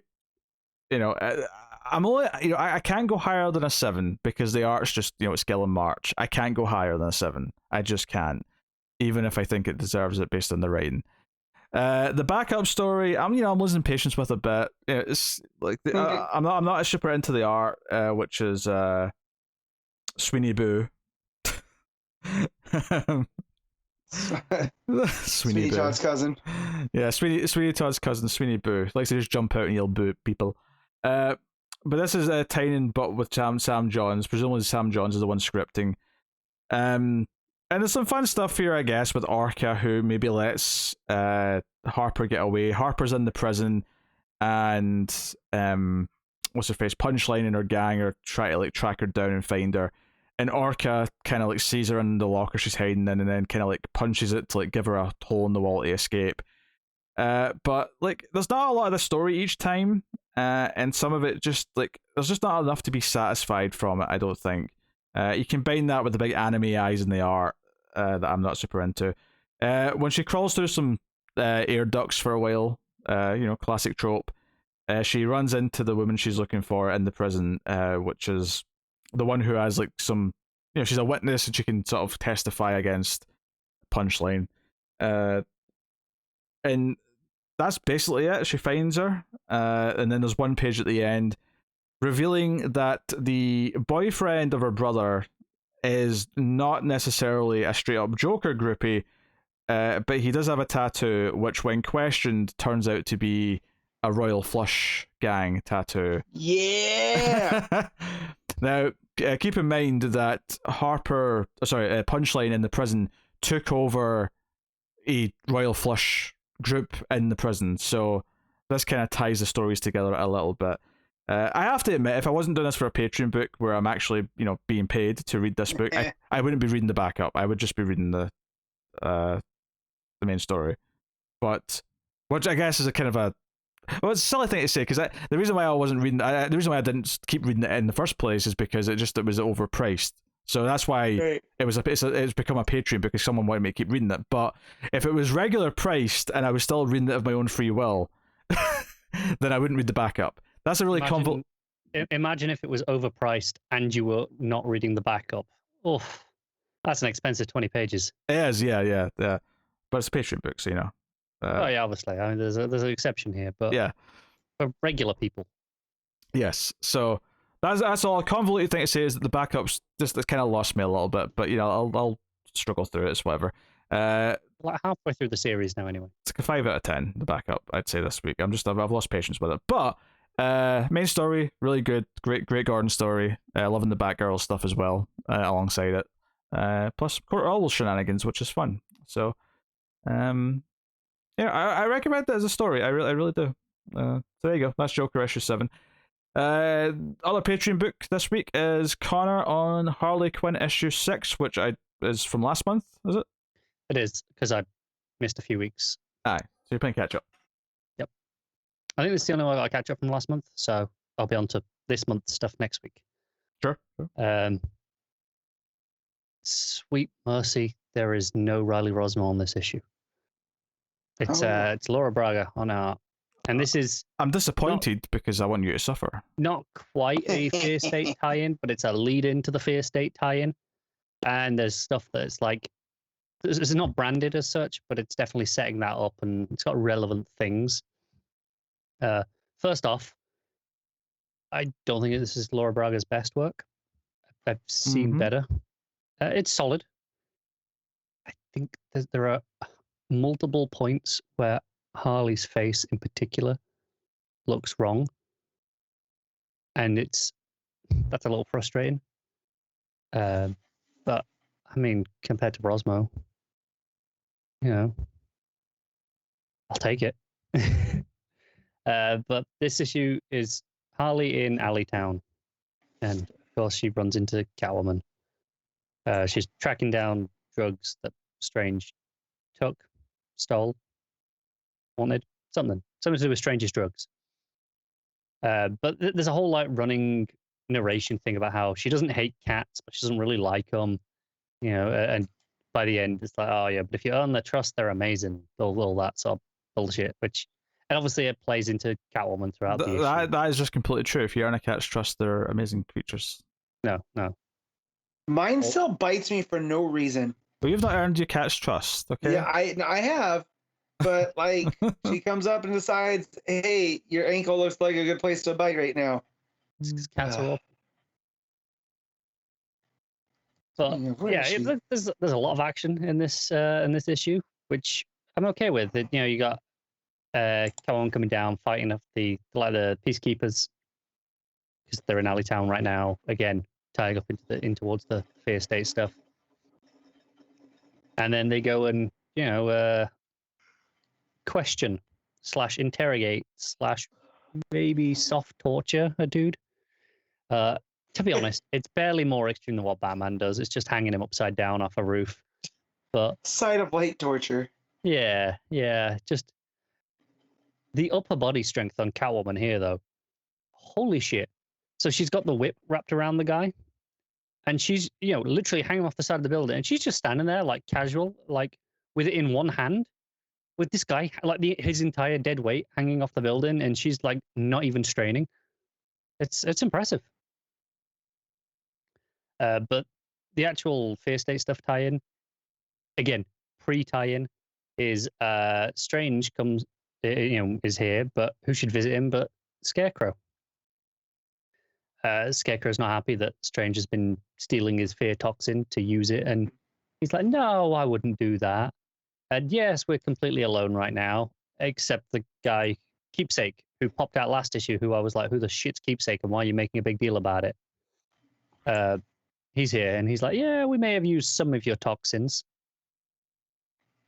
We'll just do a little bit, change them up, but they're presumably going to have some sort of partnership as we go into Fear State, and that's why we'll have an actual tie-in issue.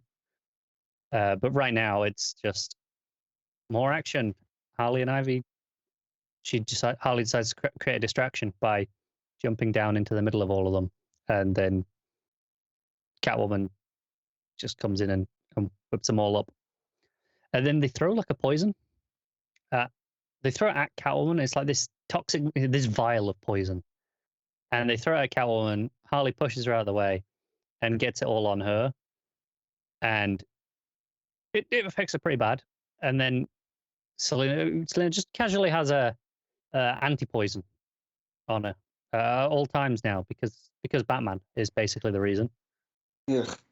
Emergency poison antidote on me at all times. That just about did the trick and got her back. And Catwoman's coming around on Harley over the course of the issue. At the start she's like, "Get out of Alleytown. If I help you do this, you'll never come back to Alleytown." And by the end, she's got Harley in her apartment and making her feel better. And she's like, "All right, I'll go off and give you a hand while you recover." And there's definitely some hints of the stuff that's going on with Ivy that we're dealing with in Catwoman, that Catwoman obviously knows a little bit about, that I'm sure, again, will come up into this book as it goes forward. It kind of has to. Because this issue is constantly kind of going over the top to remind us that Harley and Catwoman are not a thing, because there's Harley and Ivy, and that's like an actual relationship that's an actual thing, not just Harley flirting with everyone. And it's okay. I still feel like even this book, even without the Rosno art, I don't love it. I just don't really like Phillips's writing as much as I'd hoped there's the odd issue where it's like really strong, and a lot of it's just mediocre. Because nothing in this is bad. Structured perfectly fine, a lot of action, a little bit of your tie-in stuff, and it's just okay though. It's never great, and it's never like some of the older the Sirens issues of these two off on adventures together were really great, and this doesn't quite have that magic to it. This doesn't sound punishing enough. No, it's not a punishing issue by any means. To quote the killer from the hit film Silent Night, Deadly Night, punish! When choosing which corner we'll read for Patreon, just think, punish! I read more punishment books than you do. Punish! Because people like Pete more for some reason. Yeah, I don't know why. I can list a few if you like. One, not Ginger. Touche. Yes, not Ginger, devilishly handsome. Exceedingly witty. Just a dash of charm. Yes, only a dash. Massive ego. Huge head also. People love my massive ego. It's fine. Yeah, no, this issue's okay. I'm interested, I suppose, to see how it ties into Fear State. If it is just the Scarecrow and Strange stuff, or if there is something a bit more direct. But that's a Fear State problem rather than a Harley Quinn problem, and editorial mandated tie-ins have their own troubles, let's be honest. For the video viewers, yes, I did move out the way a little bit so you could watch my cat in the background. I'm sorry, video viewers. Taking care of his fur. He's adorable. Look at him. He's adorable. Mm-hmm. Yeah, this issue's like a 6. All right, there you go. That will take us out of the part of the show where we pick our favorite stuff of the week, favorite panel / moment, favorite cover, favorite art, and we'll rank our however many books we read, because I don't think any of us read 5 total. So we will start off with panel / moment, Matt. And which moment from Rorschach are you picking? I'm gonna go. Trying to think which one you're gonna go with. So I don't take it. Are you gonna go with the yeah? I'd consider. I could go that whole sequence. Yeah, I consider the yeah. I could also consider like the hand coming in with the blood, like just that moment. What those 2 pages. That's a good one too. Look at the tape recorder. I could easily go, the security guy listening and hearing the tape and thinking it's just him practicing a speech. Like there's so many good moments. Yeah, I'll go with the yeah, just because it starts with Charlie going, "Don't worry, son, I'm living forever." And he's just like, So what'd you think? So yeah, that's a good one. Yeah. Also, just one final note on that. I think it's a conscious choice that I don't think it shows the kid or Myerson the entire issue. Like, intentionally, it's like, no, this is just him now. Like, everything's transferred. Issue 11 was their goodbye. Now it's all just him. But yeah, I will. Yeah, I'll go with the tape recorder. It's just too good. Like the hand coming in with the blood and pressing play after he's done. It's just so well paced. So good stuff. Cara, what are you picking? I'm gonna go from I Am Batman. Very limited options this week for me. Let's be honest. So I'm just gonna pick something that's a nice, cool bit of art rather than has any actual meaning behind it. So I'm just gonna go the almost full page splash of Jace kind of whipping out the batons in the smoke, like the orange smoke. It's just a great page. There's a lot of good pages in that book. Yeah, to be fair. All right, so best cover of the week. Not a ton of choice. Both Rorschach covers are pretty solid. I actually think I'm going to go with the main I Am Batman cover. That is really nice, yeah. Yeah, it's actually kind of similar in tone to that page you picked as your moment, but in terms of colors and whatnot, but it's just a nice image. that is a Coipel cover, I believe. So yeah, makes sense. What are you picking, Matt? This is tough. I was trying to mix it up. It's kind of hard not to go with the 4 books I read. Not to go with the main Rorschach cover. It's a very nice cover.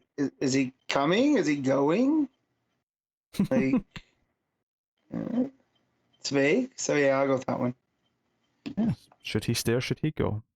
Connor? I will go with the Wonder Woman variant, Becky Cloonan. I really like it. That about sums it up. Yeah, it's a nice piece of art. I kind of like it. All right, best art of the week. I mean, it's Rorschach for me. I'll say it quickly. Matt, are you saying that? Yeah. Yeah, it's yeah. I can't like as good as the Kumar art was in Justice League Dark, and as good as Janin's art is in Thor. It's fun. I know you're trying to say authority, but I just kept hearing Thor. I had like Thor 3 times. Superman, Thor. Yeah. Superman and the Thor. Oh man, throwing Superman in the Thor's book. That'd been great. Cool. Yeah. What's your art of the week, Connor? Well, I didn't read Rorschach, so I can't pick Fornes, although I suspect it's probably would have been. So I'll go with Coipel for I Am Batman. Not surprised. It was definitely the runner-up for I mean, me. it's still very good art. Like on another week, could have deserved a win anyway. Mm-hmm. Like even on a week with more than 2 or 3 books. I mean, it was between those two because my other book was Joker with Gillian March, so I mean that didn't stand a chance. So ranking of books we read, Matt, go for it. 1 is Rorschach, 2 is Superman the Authority, 3 is Wonder Woman, 4 is something I didn't read this week, and then 5 is Justice League. Okay. I'll be honest, I was only kind of half paying attention, so it wasn't until after he said what his 5 was that I realised what he said at number 4. Carter, what you reckon? Well, I got I Am Batman, and then I got Wonder Woman. I'm out. Oh, Carter came back, guns a-blazing this week, didn't he? I did not know it was going to be such a light week, I'll be honest. I obviously Rorschach number 1, and I'll put Joker above I Am Batman. So Joker number 2, I Am Batman number 3. Although I Am Batman definitely had the better art. That's not. And it doesn't have a backup dragging it down. It does have a backup dragging it down. That's true. But still, I like the story enough in Joker that I'm picking it at number 2. So there you go. That's the picks. I will tell you what is coming next week. Hopefully more that we all actually read than we did this time. So coming next week we have Batman 113. Fear State continues. First part was very good, so looking forward to that. Flash 774, Nightwing 84. That's always exciting. As is Catwoman 35. Fear State tie-in as well, Nightwing. That's just Catwoman, yeah. Most of the Bat Family books are, I think that. Batman and Detective issue 5. That one isn't because that's a mini, obviously. We have Superman Son of Kal-El issue 3. Supergirl Woman of Tomorrow. 3 Tom Taylor books on the same week. Yes, it is. Love it, accept it, believe it.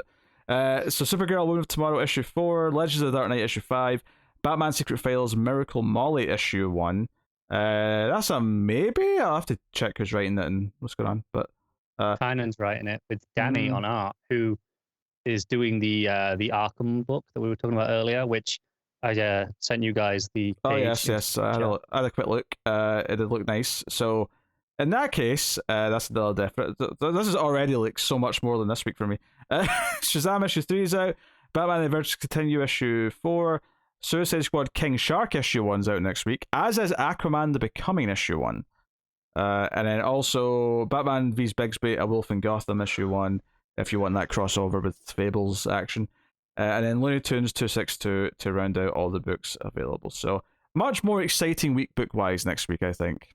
We got 3 Tom Taylor books in Fear State, and then also Ram v Catwoman. It is and Tom King Supergirl is a delightful week of releases. So I feel bad for those issue 1s that are kind of getting thrown in on this week with a lot of books that I'm excited for, and then King Shark.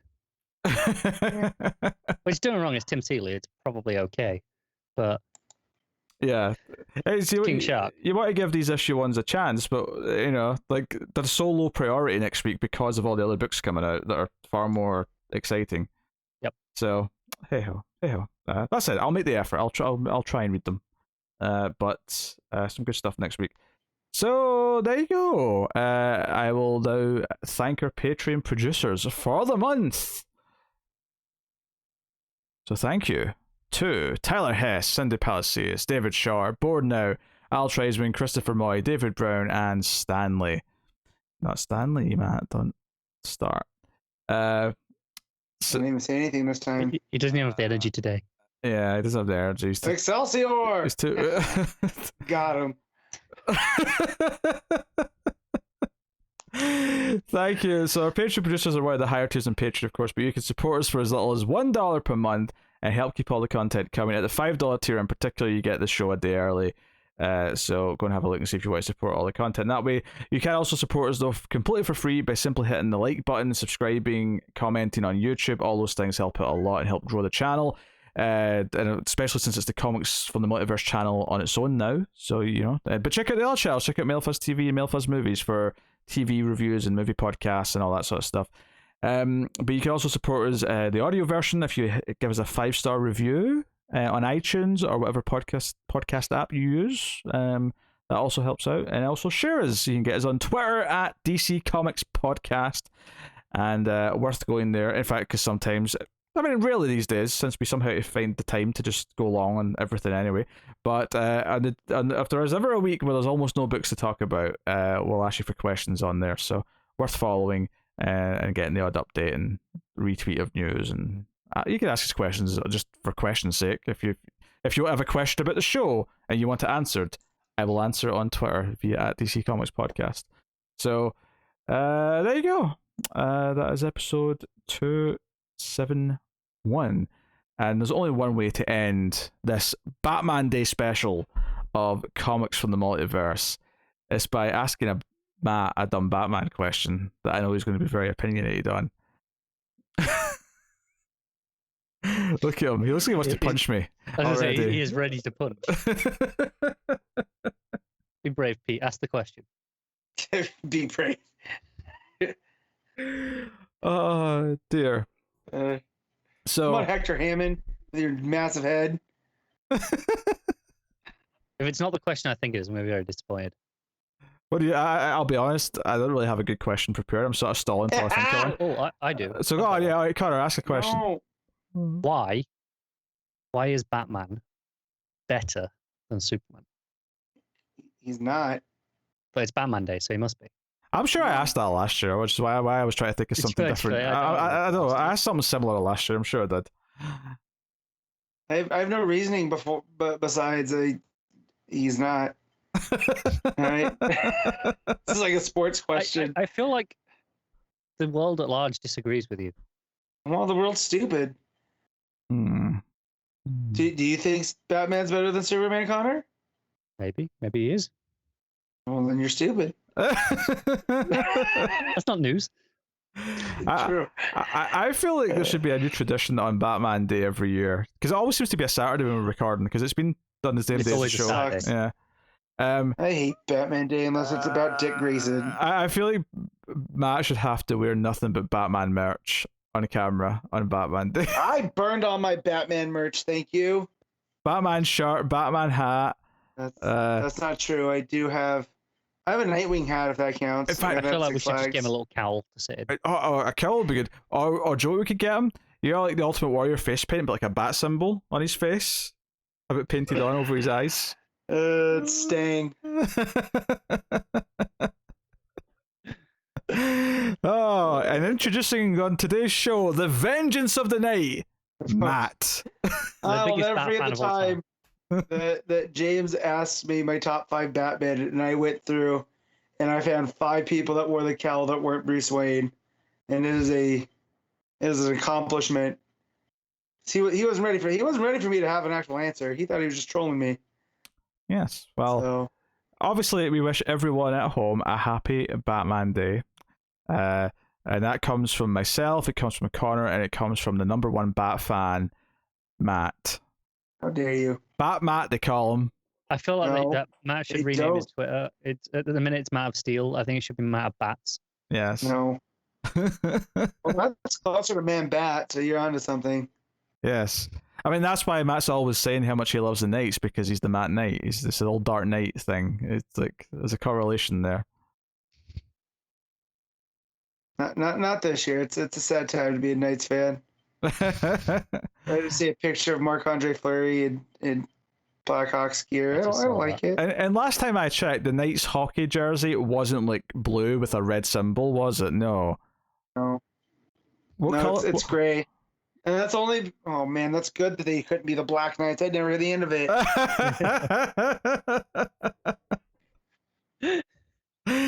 All right. Matt only recognizes the away kit from now on. Yes, the white. Man, they were looking sharp last night in Phoenix. It was the rookie game. Rookie goaltenders. Yeah, he'll be okay. But still.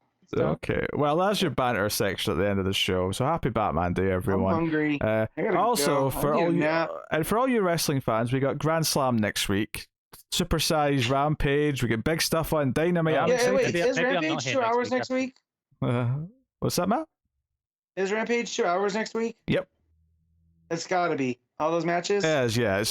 It's 2 hours, and I think it may be starting earlier. It may be on the same time as Dynamite isn't. I could be wrong. I could be wrong though. I could be wrong. There was some mixed communications on that. Well, when they started adding 3 more matches, I was like, geez. Yeah.